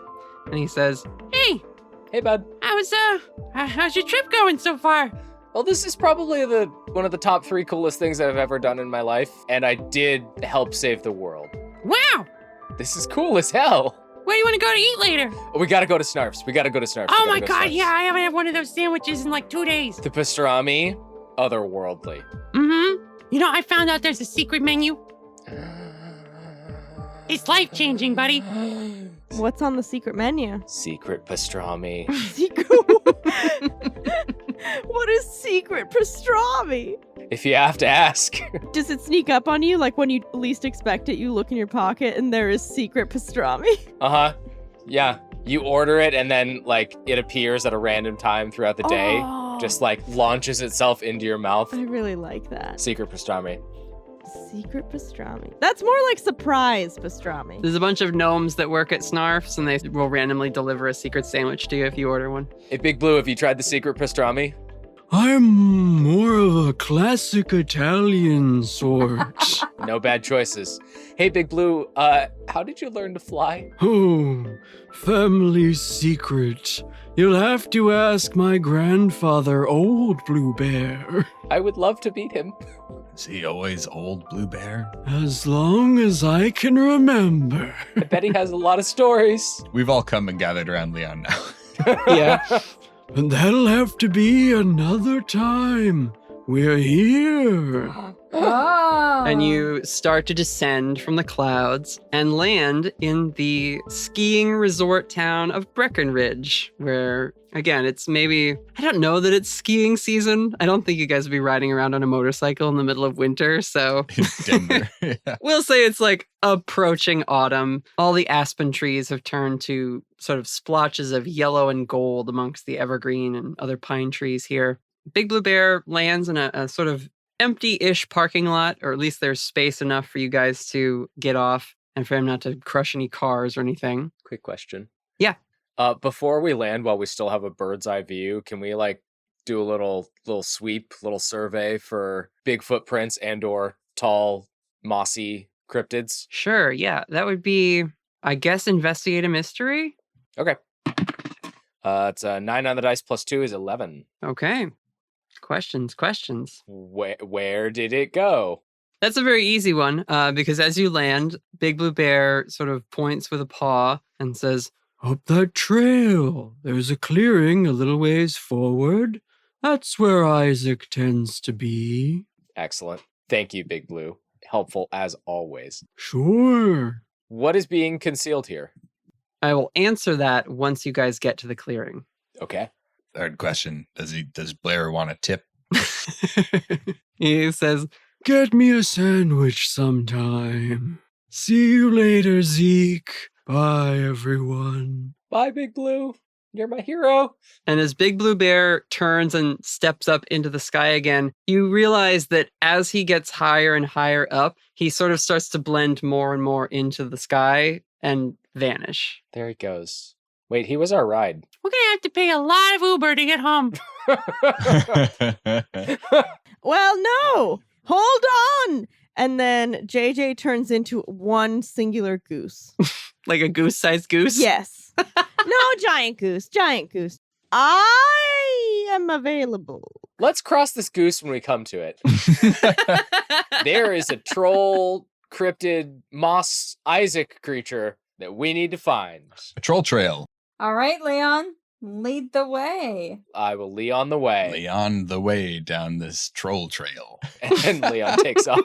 Oh, okay, well, I guess we follow behind him. Come on, Carla, it's an adventure. And Zeke rushes off. Oh, should I be carrying him, or is he able to run and keep up with, like, humans? He's pretty quick. His little legs will take him, he keep up with you. You guys aren't like breakneck speed running it through the trails, but If you want to carry him, you'll have to catch him. Don't get out of sight, Zeke. Stay within sight, okay? you guys walk up the mountain trail and you do find the clearing that Big Blue Bear was talking about. And it's unremarkable. There's still a carpet of pine needles on the ground, a few pine cones scattered about. And when you get here, Leon, you're looking around, you're trying to, where would a troll live in a place like this? And you do see some moss.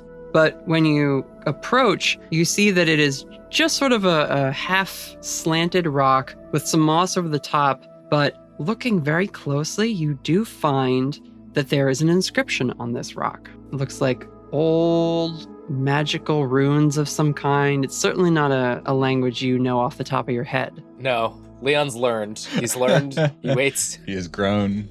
Instead of just trying to read it himself, he waits for everyone else to catch up. Mm-hmm. Hey, Carla, JJ, maybe Zeke? Come here, let me take a look at that. You said you couldn't do magic. This seems like a magic person thing.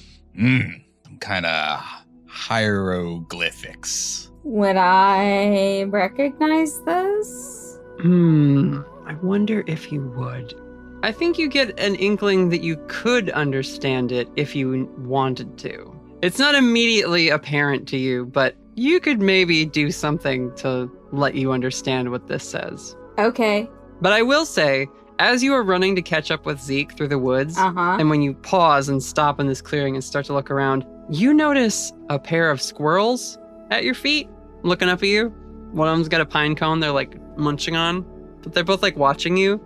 And then you see some birds land on a branch ahead of you, and a deer comes up out from behind a tree, and like a rabbit pokes its head out of a hole in the ground. And these woodland critters just seem to start to gather and approach you and sort of just sit there attentively. And Zeke is caught up looking at the inscription, trying to see if he knows it, but he turns around and says, "Whoa!" I appreciate the vote of confidence from all of you. Nature is a beautiful, wonderful thing. But, I am not who you are seeking. I'm not who you're looking for. I take another, I start walking towards the rock. When you say, "I'm not who you're looking for," that laugh echoes in the trees. Uh-huh. And you hear this sort of sing-song voice start to echo in through the glen that you're in. Through the boughs and wooded glen, from where I perch, I spy new friends. And from one of the trees, emerging almost Cheshire cat-like onto a thicker bough, there's sort of like a raccoon. if a raccoon was a little more lithe as opposed to pudgy. And they've got a long striped tail, but it's prehensile, and it sort of wraps around the trunk of this tree, and then they sort of lean out on it like someone holding on to like a belaying rope. And this little talking creature peers over the branch and then slowly rotates, and eventually they end up completely 180 upside down, standing on the branch looking at all of you. Can I use my cryptid sighting move? Sure. Leon pulls out a pocket copy of the Constance Companion, a family field guide to various monsters. It's our Pokedex. Mm-hmm. And like is furiously thumbing through. And I would like to ask, I get one question from the investigative mystery list, and I would like to ask, what sort of creature is it?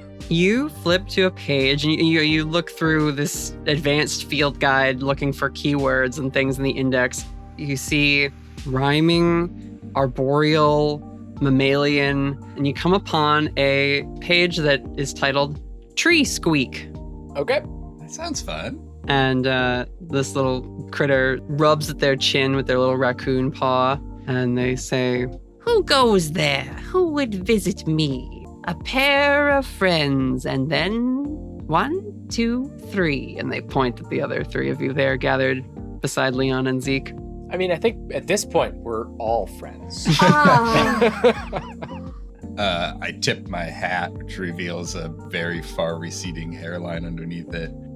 Hello there. My name is Felix. I'm with the Eastie Agency chapter in Denver. Just here looking for a person of interest. I don't suppose you could help us. To have come from Denver is a lengthy road. Who is it you seek in our woodland abode? A troll goes by the name of Isaac. You seek a troll and found his home. Then speak you must to the earth and stone.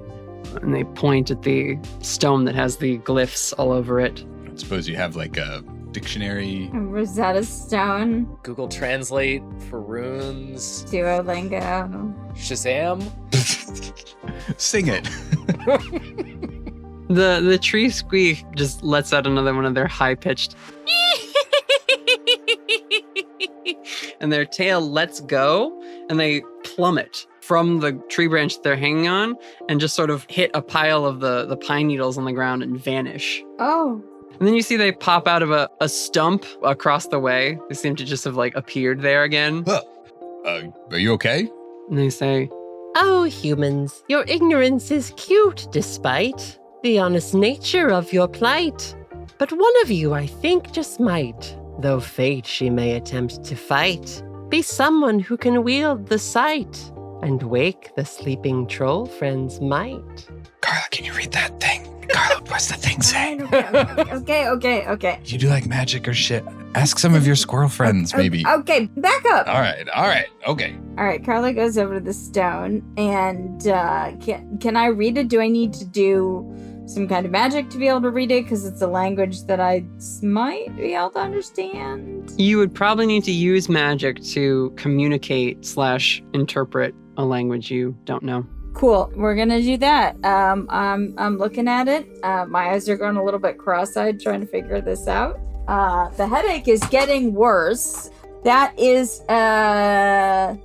14. 14! Holy cow! Dang. Wowzers. That's pretty good. Wow. When you said take some advancements, I was like, I'm gonna be more magical.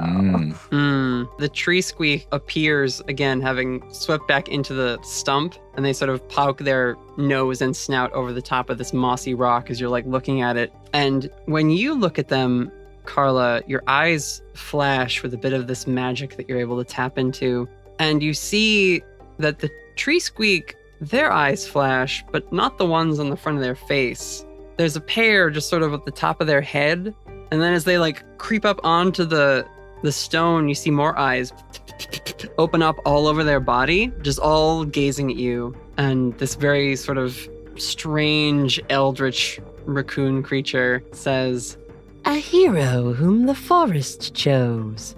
You should understand this prose. and they reach out with a little raccoon paw before you can react and like boop your nose. Ah! And there's like little firefly lights that kind of sparkle in front of your eyes for a second. And you all hear, as the glyphs on the stone light up, Carla just begins to chant in a language that none of you speak, but you recognize at least one word from the magic incantation she's saying, and it repeats several times. Troll. Troll. Troll. Troll. Troll. Troll. No, Troll. Leon, shh, no. As she says this, along with the other magical words, the ground begins to tremble and shake. Oh no. What did I do? The pine needles on the forest floor begin to swirl around your feet and reach towards this mossy rock. And branches of trees that have fallen just deadfall, and pieces of bark that slough off from trees when they get a little bit of bug damage all begin to sort of shake and slide over and knit themselves together into an arm.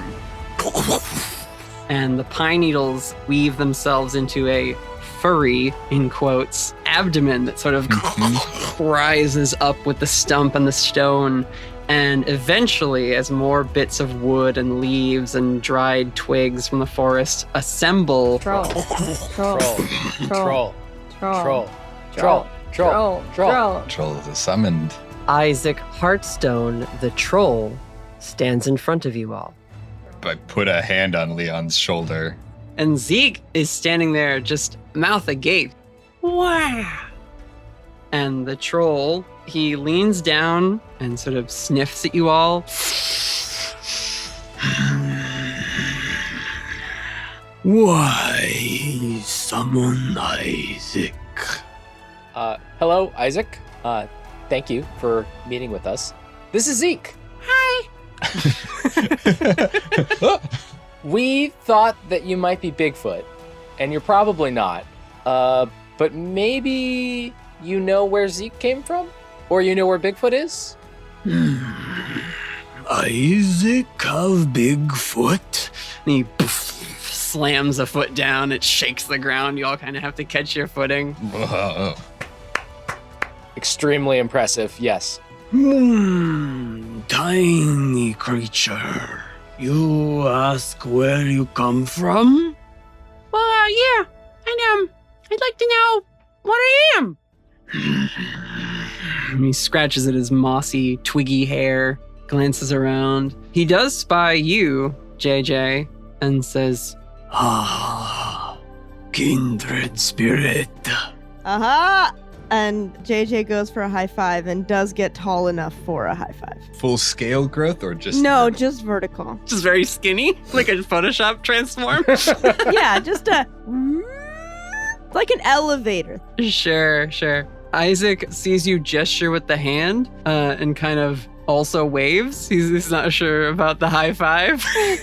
Leon holds up two hands and puts them together like a demonstration. Leon, here. Yeah, we'll show. Yeah, okay, ready? Whiffed it. I totally miss. Because you weren't looking. No, I was looking at the troll. Fair enough. Isaac the troll. Does a very slow hand towards you, JJ, until you touch the hand, but then they just keep pushing and kind of push you back. Feet dragging in the dirt. I just kind of stumble and catch myself and quickly go back down. But he turns his attention back to Leon and Zeke and says, So you summon that I find more like you? and puts a big trunk of a finger down and kind of squeezes Zeke's tummy a little. He's like, Woo! Yeah. If you do know anyone like that. I think I know place. His door. Okay. and his mouth kind of grins. You see his troll teeth made of different stones kind of grind together. He says, Kindred no doors, yes? Yes. Then I take the door, and you open for tiny friend. Oh, okay. Yeah, sure. Happy to do that. Very kind of you, Mr. Isaac. Thank you. Not kind. Isaac do what is asked. troll purpose is to serve. Follow-up question while we're walking along. Right. Oh, big. Oh my god. Pace is enormous. Jogging alongside. Leon takes a selfie. Oh, Sure. Why not? Mr. Isaac, I'm Felix. I'm a local provisionary observation agent at the agency in Denver. We noticed that we believe you were walking around the market. I just wanted to ask if you were searching for anything, if you found what you needed, if there's anything I could do to help. Yes. I go to market for berries. Ah. Presumably berries you can't find here in the... Berries hard to find, easier to buy. That's fair. That's true. You know, I could grow my own herbs and vegetables, but it sure is easier to buy them at the store. Who has time these days? Trolls are summoned so often now, it's hard to keep up with the daily grind. That's right. Yeah, and they die all the time. Forget to water them.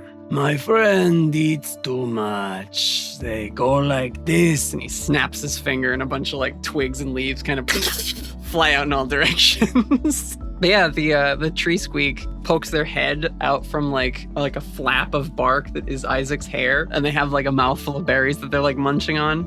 Berries are my favorite eats, and as a very special treat, Isaac will visit Denver's streets. He makes the trek with his big feet. Sorry, that's very good. I like this guy. I like this little squeak.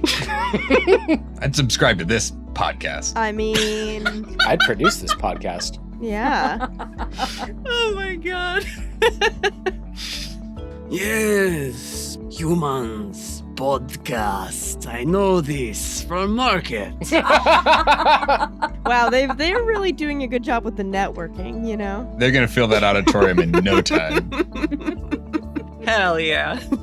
I never even gave them names. We'll have to figure out who they are in another episode. And they're all going to come down from the forests to come listen to this live show. Yeah, speaking of coming down from the forest, Carla, your animal entourage is growing. Just more critters and birds, and there's like an eagle now. It's like swooping in occasionally. oh my god. I kind of look behind me and I go, shoo!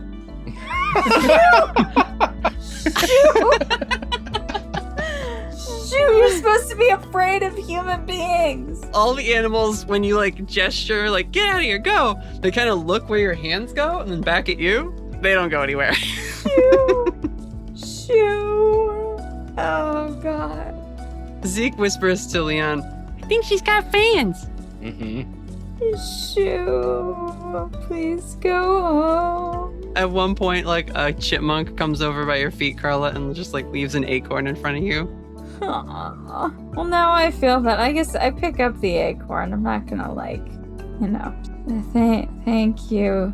And then the deer comes over and it's got like a wildflower in its mouth that it leaves at your feet, and they just continue to bring you things. There's like a little hedgehog that kind of comes over, and they like drop a little shiny rock. Adoring fans, Carla. Is there a reason that you guys are following me? Is there anybody here? Is there you got a representative that can communicate with me? Tree Squeak appears at your side, just walking upright on two legs with his tail swishing back and forth. Hey, buddy, how's it going? This answer you may have from me. A hero is what you should be. I don't wanna. Do we know, like, hey, bud, do you have a name? I don't really want to be calling you just Tree Squeak. They say, With nimble tail and fingers sticky, the name you may call me is Vicky. they like throw out a little raccoon hand to like shake your hand. All right, hi, Vicky. It's good to be on a first name basis. I'm Carla. I don't want to be a hero. Can you ask them to go home? This is a lot and it's stressing me out. I'm just here for Zeke. Vicky says, You squirm and cringe about your fate, but we'll try to accommodate.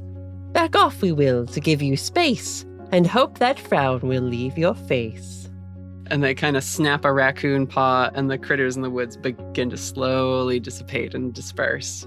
Okay, thank you. Yes, I know I have this thing that I need to figure out.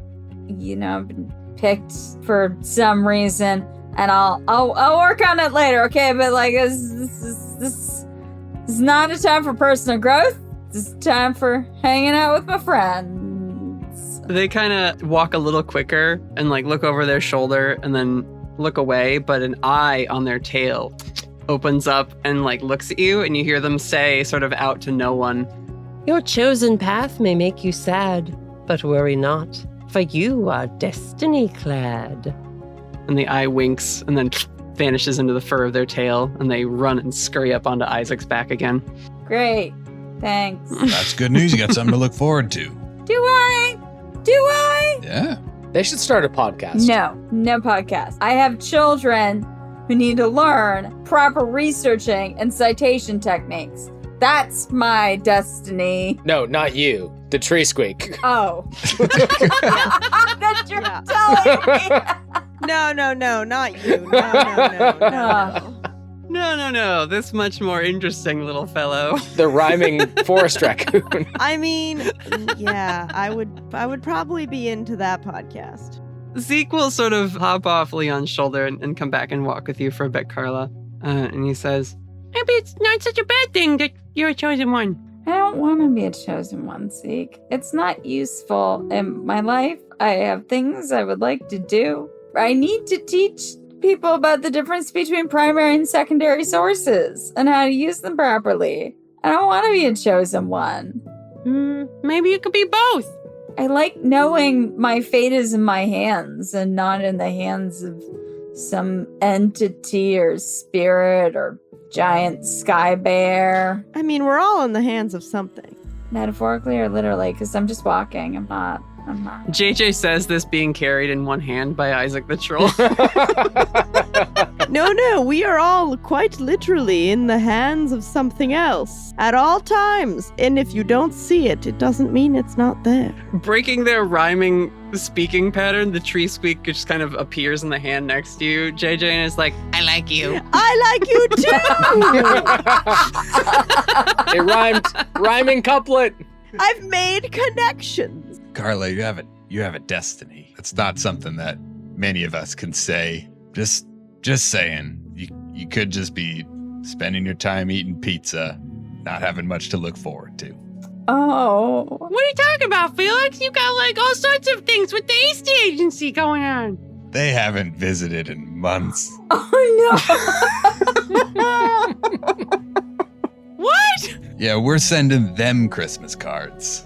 Oh, buddy. This got sad. This is personal revelation time. You don't have to call it out, Carla.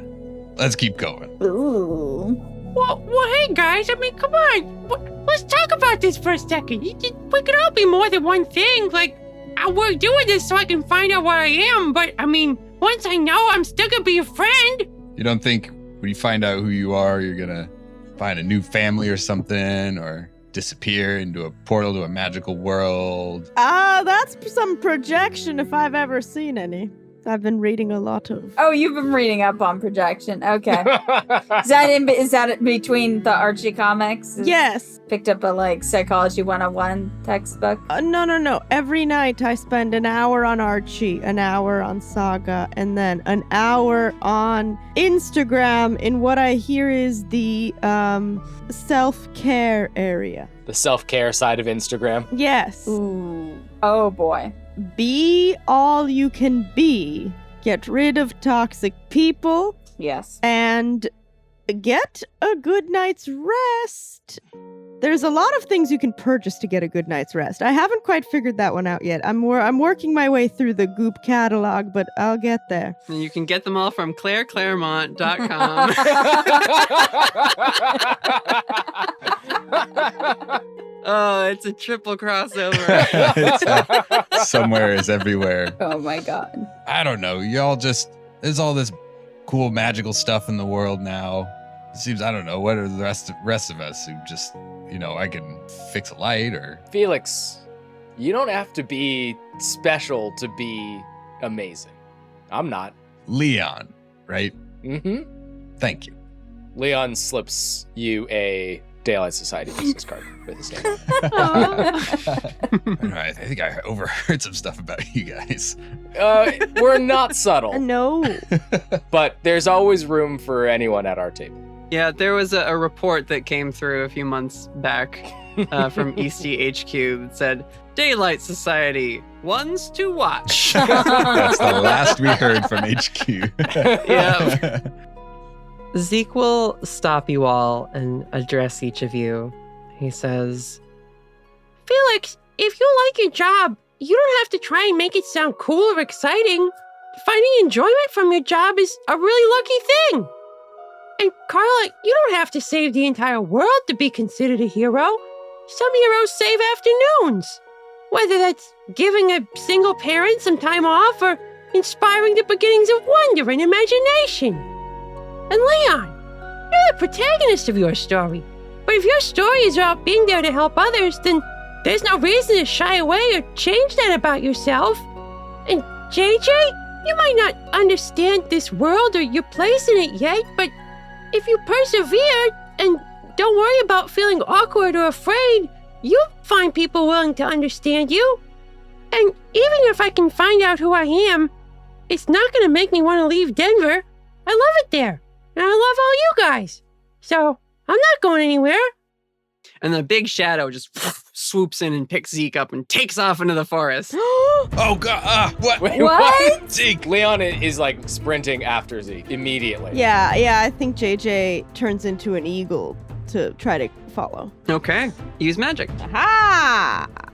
Oh no! Oh yes! A 9. The roller coaster. I forgot that I have +3 weird, so you know. What's the glitch? I kind of like this one. I'm trying to fly. The effect is of short duration. Oh. Okay, so you turn into an eagle very quickly, having been inspired by the one that was creeping after Carla for a bit there, and take off into the sky, and you see this dark shape sort of running in the woods, and you do hear, Zeke, sort of a muffled disappearing into the woods as this thing quickly darts forward. And the short duration actually will partly be caused, not by any fault of your own, JJ, but because a tree branch that another shape up at the top of the tree was holding back and lets go, and it comes forward and smacks you out of the sky. So you tumble into the evergreen boughs as this other shape leaps and follows after the one carrying Zeke. Now the rest of you, humans, Vicky will say, Kidnapping, a twist. These woods are tricky, but this is not a job for Vicky. and they kind of disappear into the underbrush. But Isaac, being a troll, says, little friend, I must find others like you. And he takes off into the woods, smashing trees aside with his big hands made of boulders and logs. So there's a troll wake that you all could run. Okay, yeah, I'm running after the troll. Go. Let's do it. Anybody using any moves? Don't think I have any. What could go wrong? Oh, Charge into immediate danger without hedging your bets. Hold 2. I can spend those holds later. okay, cool. Then act under pressure. Okay.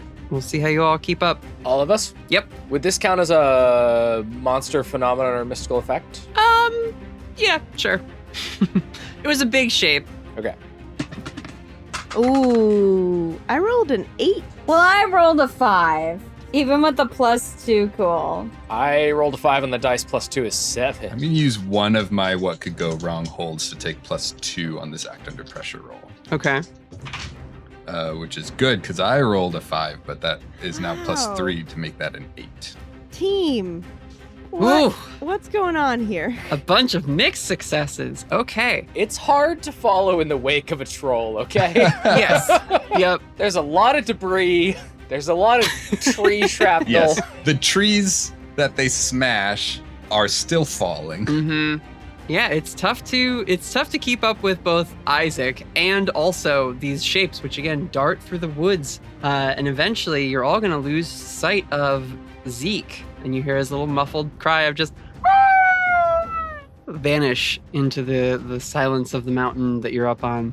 Barb is gonna be pissed. Well, I was gonna say, we have how many fails? 1 fail and 3 mix. Carla, you're gonna get left behind. Everyone is chasing forward after Zeke. JJ, you take off as your eagle form. Unless you change, do you become a different animal if flying didn't work out so well? Cheetah. Oh, okay. Been watching Blue Planet at night after Archie and Saga. Yeah, that's my going to sleep music.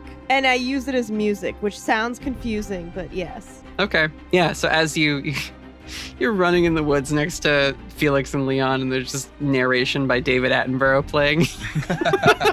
When I open my mouth instead of a growl, it is just Attenborough's voice. The mother cheetah must capture a gazelle for her cubs. If not, it will be a hard season. Exactly, just like that.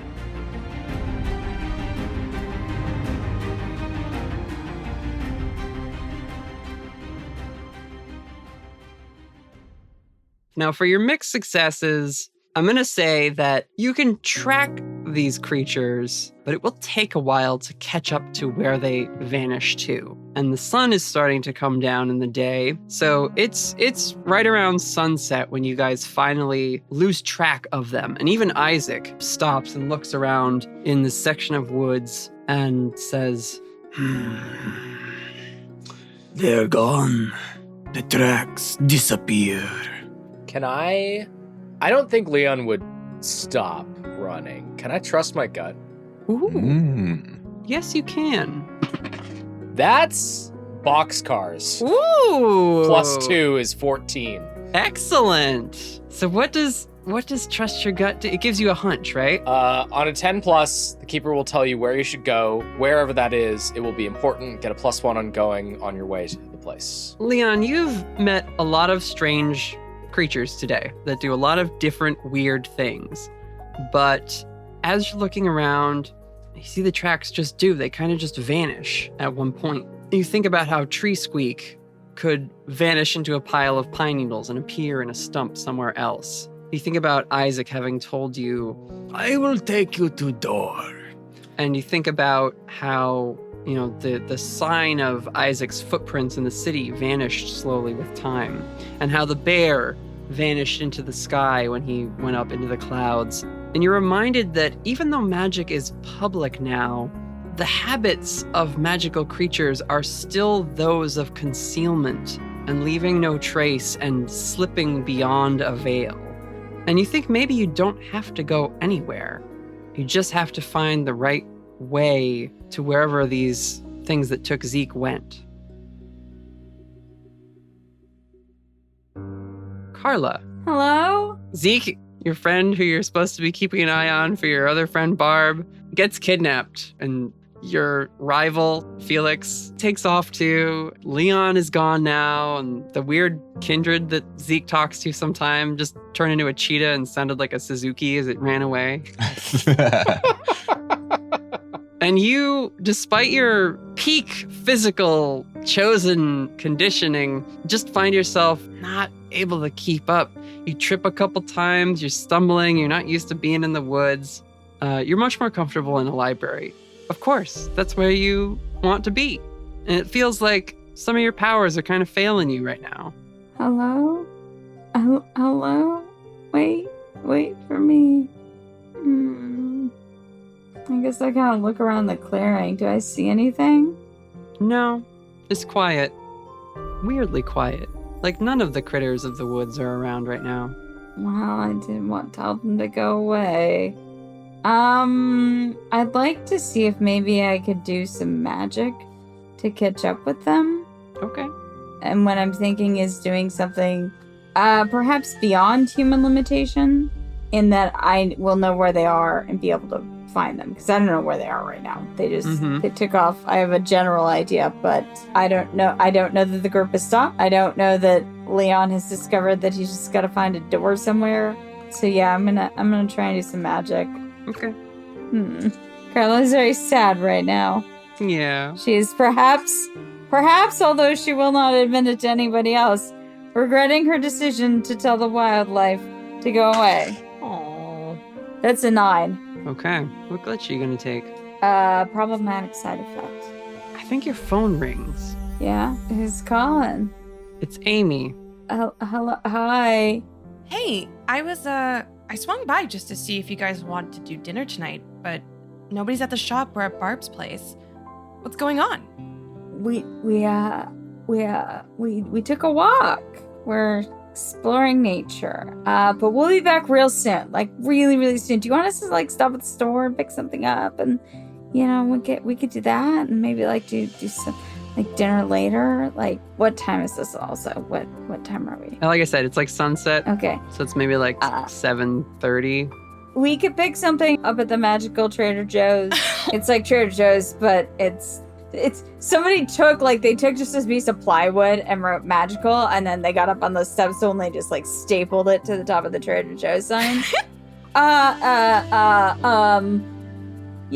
could pick something up, swing by afterwards, but we're just we're out enjoying ourselves, aren't we, Zeke? Oh yeah, having a great time. I Wow. love trees. This is a little sad. Oh boy. Oh no. I think Amy says, Carla, are you in trouble? No.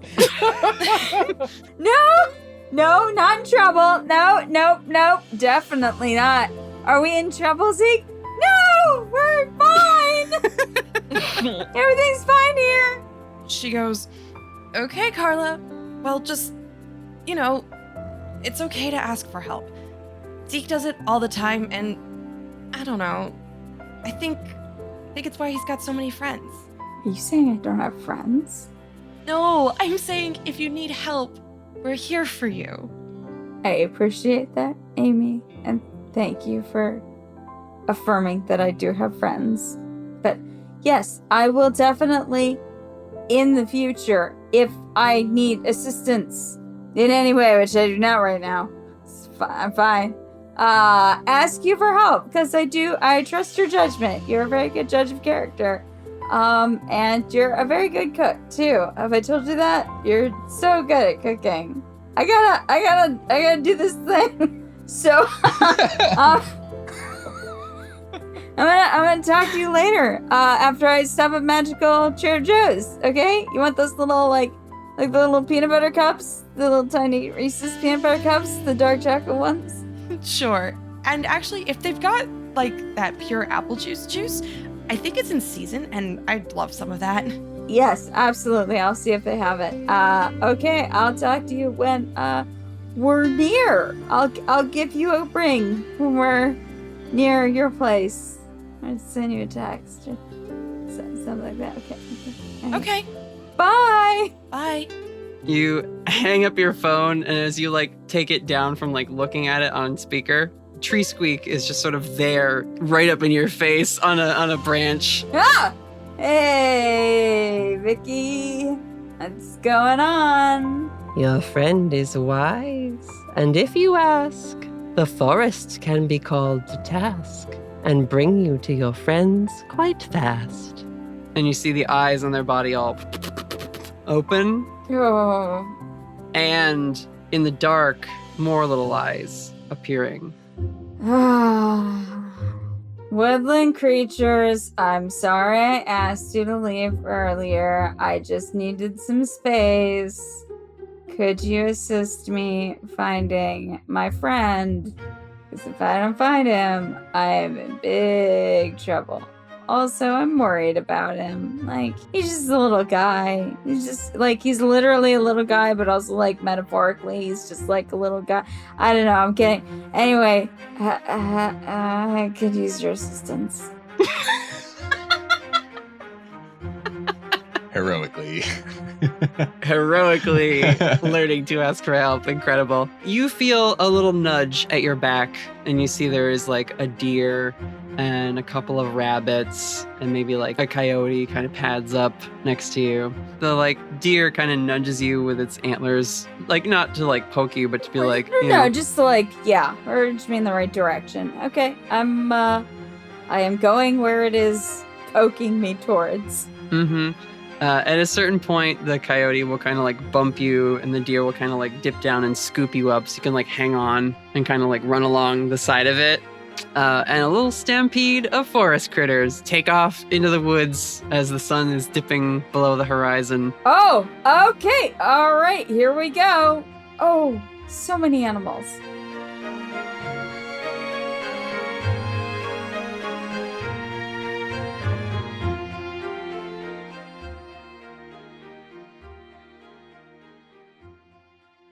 We will cut back over to everyone else in the clearing with Isaac. JJ, Leon, you had said we got to find the door, I think. Something like that out loud. Yeah, and as I said that, I dove into a pile of leaves. All right. Seems like a kindred job. Awesome. I start looking through trees. Yeah. The two human boys are frantically, disturbing the forest, trying to find a door. Looking at every trunk. Let it be known that I'm still a cheetah, but I'm now walking on my two front paws. Oh, God. Like in a handstand? Yes. Alarming. Truly. Truly bizarre. I'm having fun. Oh, I love it. But yeah, you know doors as a kindred. Yes, I do. Do you want to try and find this door? Yes, I do. All right, go ahead and use magic. Okay, I was going to say, I don't think I have a move of find kindred door, but Travel the theaters. Ooh, well, look. I may not know humans well, but boy, do I know kindred things well, because that is a 14. Wow, 2 14s. Ooh, okay. Got the big dice today. Nice. Yeah, you see that Isaac is sort of watching the humans look around for the door, and you walk up on the two front paws of this cheetah in a very weird acrobatic stance. And he looks down at you and says, They do not see, but you do, don't you, kindred spirit? I do. I cannot open door, but you are here, so perhaps Isaac's job is done. Yes, I can open the door. I think I found it. Oh, just a bush. No. No. what does it look like when Jingle Jangle opens the door? I think first it's a little stuck, and Jingle Jangle kind of blows on the door, and all of a sudden it's like this sparkly dust comes off the door, the door finally opens, and when the door opens, at first everyone feels like they're peeing because it's very warm. It's a very warm feeling. It's like if you've ever had contrast dye. Mm-hmm. That's what we're going for feeling-wise, and it just takes hold of any being in the vicinity. And then through the door, you can taste marmalade, and you see your favorite memory. JJ walks forward, exhales, and the glitter, the oil slick glitter of their cheetah fur, because I assume you were still oil slick colored Yes. and sparkly haired. Yeah, it's not going away. That kind of drifts outwards from you for a moment and traces the outline of a circular opening. And once all the little particles sort of meet and dance and mingle with each other, that area of the forest, just this flat plane of it, begins to shimmer and open, a sort of static rip in space. And like you said, the warmth flows out of this doorway, and you get sort of a taste on your tongue of something sweet and a nice welcoming scent of wet grass and almost dry hay at the same time. And as the door opens, what memory do people see? Leon's favorite memory is the first time he kissed Alvin. Aww. Very cute. Felix? The first time I kissed Alvin. Wait. Hey, no. It's mine. No, I think it's, I think for Felix, it is his first day at BA, filled with a promise of a unique and wild future. You spoke before about worrying whether you still had that, but I think in this moment you realize, like, this is the wildest day you've had in a long time. Absolutely. And it started out talking to some kids who were doing a podcast. Mm-hmm. You never know. And as Isaac sees you two sort of getting this like happy memory, it's not what you see inside the portal. It's just sort of, you're reminded of it because you get this sort of such a good, pleasant feeling. It like triggers that sense memory in your brain of those nice times. And Isaac the troll puts his big hands on his hips and nods and says, Ah, yes. Little one has found those like him. I go back now. and sits into the ground and leans up against a tree. And as he does, the pine needles making his sort of makeshift shirt sort of start to fall away. An arm sort of sinks into the ground, becomes unlog, and falls with a soft thud. And his face sort of becomes rocks that don't really break apart, but just sort of tumble piece by piece down into the dirt until Isaac the Troll is no more. And as the last little pebble sort of rolls forward, a stampede of woodland critters arrives, with Carla sort of clinging to a deer's antler and, being boosted along by a little coyote. You also see this doorway opening in front of you, and you all can hear laughter on the other side. And it's a familiar laugh. It sounds like Zeke. It sounds like he's fine. I'm poking my head in. Yeah. Do all four of us I think so. Yeah. Scooby-Doo. Yeah. one on top of the other? Poke our heads. Heads. Boop, boop, boop, boop. Yep. Yes, exactly. When you poke your head in, you hear a soft music. Can't place it. You don't really recognize it, but it's there. It's sort of in your subconscious, and it draws you in. You just find yourself stepping into this place, which is like the forest you were in, but more idyllic. There's not a leaf or a blade of grass out of place here. And in the distance, where it had been shimmering to sunset, it is sunset, but as the moon is rising in the sky, it's not particularly dark. It's still plenty of light. And not necessarily moonlight, but sort of that golden sunset is still around, despite the stars starting to twinkle in the sky. And you see a little ways ahead, sitting on sort of a ledge of this mountainous trail and looking out at the edge of this space, because the space is somewhat contained. It's large, but it ends at a certain point and just sort of shimmers into a sort of blurry aurora. I mean, you look back at the door, that's what the door looks like it's stepping out into, sort of a break in the aurora space back out into regular forest. And sitting on that ledge, you see your little buddy Zeke between two large shapes.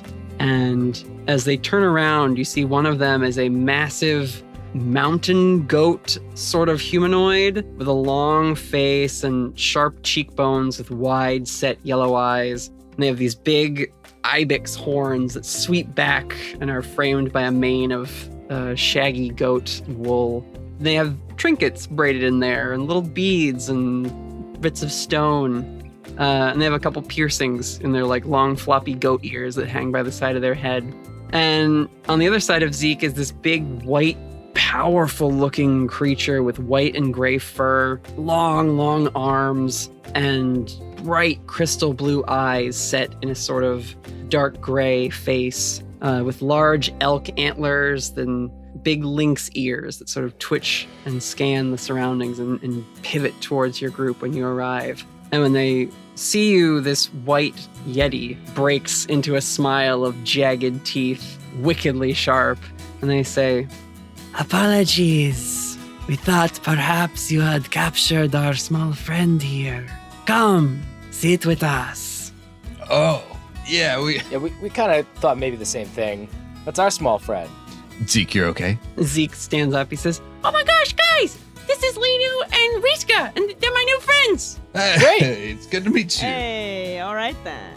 and the goat person hops up onto their two cloven hooved legs, and they say, Sorry, man. We're not used to seeing humans out in the woods with folks like us. A lot of the times people are looking for a photo op or something, and we're not really about that public-facing life, so...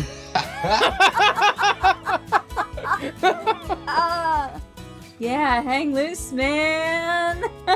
Yeah. Zeke's been telling us things are changed now and it's like okay for monsters like us to be around people. But it's news to us, man. We've been off the grid for a while. We're doing our best to bridge these worlds. Hi, I'm Tip Cap, Felix, agent of Easty Agency. I would be a contact for you on the other side of yon door. But yes, the world is changing. Riska, the Yeti, kind of plods over, walking almost like giant ape-like on her big, long forearms, and peers at you with these like big blue eyes with like a cat slit down the center of them. And she goes, Easty Agency. Do you know my cousin Norm? Norm. Yeah, he comes by the office every now and then. I haven't done any missions with him personally, but yeah, we're good friends. you don't know Norm. No, I But don't. for listeners at home, our fans will know that Norm Northunder is the abominable snowman who works in cold storage at Easty HQ. Incredible. Yeah, never met him. And I'm Carla. The woodland creatures have accepted me as one of their own. Carla's the chosen one. Felix! Or at least a chosen one, sorry. Chosen of the forest. Chosen by the forest. It has been a while since there was a chosen one in these woods. Pleasure to meet you. And they sort of make a little gesture at you, sort of like welcoming you to the space. Welcome to the Monster Glade. It's very like what you've done with the place. Lidu tamps over and says, Yeah, we kind of leave everything the way we find it. It's paradise, or at least a small piece of it. Do you know my friend Stan? Oh my god. These two. Do you know? This motherfucker. even these guys just asking if they know a friend of his. You remind me so much of him. It's uncanny. I'm sorry, I'm Leon. Hi. Nice to meet you, man. I don't know a Stan, but I'd be happy to meet him sometime. You bring him by, we'll have a campfire or something. Yeah, y'all would get along great. We're generally pretty easygoing, but like I said, we get a little skittish around you folk, because the noise, right? That's valid. Yeah. Zeke will run over to you, Carla, and sort of hug your lower leg. Hey, buddy, you doing okay? I mean, I know, we're worried about you, and I'm all right. yeah, okay. And then Amy called, and I had to pretend to be you, so that she wouldn't get worried. Oh, you don't have to do that. Amy's cool. You can tell her what's up. Yes, but in the moment I panicked, and it was easier to just pretend everything was okay, and do my imitation of you, which, I'm not gonna do now in front of you, because that seems rude. It'd probably be funny. Yeah, it would be really funny, wouldn't it? It's It's pretty good, yeah. It's a pretty funny joke, yeah. Anyway, Zeke, how are you doing? These are your new friends? Yeah, Have they answered your questions? they did. They told me what I am. I know now. And what are you? I'm a small squatch. A small squatch. A small squatch. That's wonderful. Incredible. Leon's going in for a hug. Y'all can join in a group hug if you want. Yeah, Yes, we're coming. Yeah. We're joining. Aw. The hind legs of a cheetah somehow awkwardly part of. Oh boy. Unless you become your true self here. Actually, Ooh, or do you revert to a baseless kindred self? It's possible. I think you might, yeah. I mean, that's fine. I'm okay with that. Sort of a doll-like look then. I think so, yeah. Like a mannequin, but still with troll hair. A mannequin with troll hair is a very good image. If it's your true self, then yeah, it would be a faceless. But you could still have the troll hair. Yeah. I think I've made the troll hair somehow permanently a permanent fixture. That's part of your truth. Yeah. That is your true self. Yeah. It's part of your truth and part of your learning to use magic. Oops. Mhm. Truest to your name. Yeah. There's nothing that can be done about it. I love that. But yeah, Riska will join you all as you hug on the cliff face, and they say, Small squatch are rare. We don't get them very much, but a spirit of curiosity is a good thing for the forest and this region. And Zeke kind of just beams. He's very proud of being what he is now. Yay! He says, So, you guys know Bigfoot? It's too much time with Leon. I mean, I would love to meet him. And I know we kind of like poo-pooed your idea earlier, Leon, but we all should get a cabin sometime. Right? Do y'all have a cabin? You can come too. Oh, here would be wonderful. Riska says, No, but Gary does, if that's who you're talking about. Is Gary Bigfoot? in our world, Gary Auburn is Bigfoot, yeah. Yeah! Okay, got it. Cabin party with Bigfoot! And Leader's like, Man, I haven't seen my cousin in ages. I wonder how his wife and kid are doing. I knew he had a name. I told you, Bigfoot is a strange way to refer to someone. You're right, Jingle Jangle. Thank you. From what I remember, I think he prefers Sasquatch. There we go. Or Gary. I don't know if that's true. He's more helpful Squatch than sassy Squatch. Maybe it's inspirational. He wishes he would be a sassy Squatch. Maybe, You know? maybe. Too much of a people pleaser, and he needs to put his own needs first. Yeah, so he's like trying to reflect that out in the world. What I hear from Instagram is that the first step is to really voice the future you wish to see. We maybe have to talk about your use of social media. I don't know that it's healthy for a developing mind. Carla, what do you think? Yeah, we're gonna, you know what? Come by the library where I can loan you some books. Libraries are where the 5G gets you. I've already learned that one. Oh, no. We need some screen time limits for JJ. Yeah, Leon reaches over for the phone. Even I know when we've gone too far. We're gonna put the child controls on the phone. I think there's just another sort of like nice moment. You guys can watch the moon rise and the sun sort of halfway set in this strange space, which listeners of our show will know is a haven, a piece of paradise after it's shattered that can be accessed by supernatural creatures. And there's like a where the wild things are moment of Zeke and the monsters just like, howling at the moon. Yay! Awoo, awoo. Yeah. And speaking of howling at the moon, Leon, you get a text from Alvin. Landed at the airport. Where are you? Oops. It's a long story. And Zeke says, We gotta get back right away? Not right away. I text a selfie of all of us to Alvin. Oh. It might be a minute. yeah, you get a photo back of Alvin and JR carrying lots of skiing equipment. And they say, well, we'll check into the hotel. See you when you're back. Aw. Yeah, and that's all I got. Feel good time. Yay! That's the end of the adventure. Zeke the small squad. Zeke the small squad. Small squad. Yay. Yay. Adorable. What a precious little guy. Adorable. What a little cutie. What a sweet adventure. Thank you so much, Natalie. This is wonderful. I know, this was so fun. Thank you for having us. Thank you for coming on the show. Where can people find your great stuff on the internet? ClaireClaremont.biz. No. No.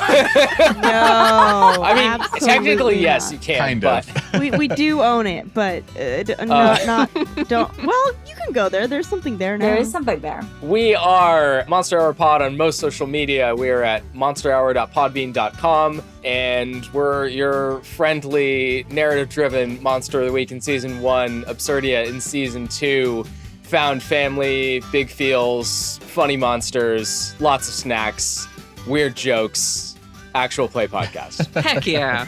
If you're interested further in Absurdia, Quinn made it. Yeah. Yeah. Mm-hmm. And you can get it on itch.io, right? This is true. That's right. It's good. The playbooks are fun. Check it out. Search Absurdia on itch.io. You find it. There's goofy, surreal suburbs and lots of weird playbooks, and it's a good time. QuinnM.itch.io/Absurdia if you're feeling direct. And we'll have links and everything in the show notes. Thanks for joining us, adventurers. Take care. We'll see you next time. Bye. Bye-bye. Bye. Bye.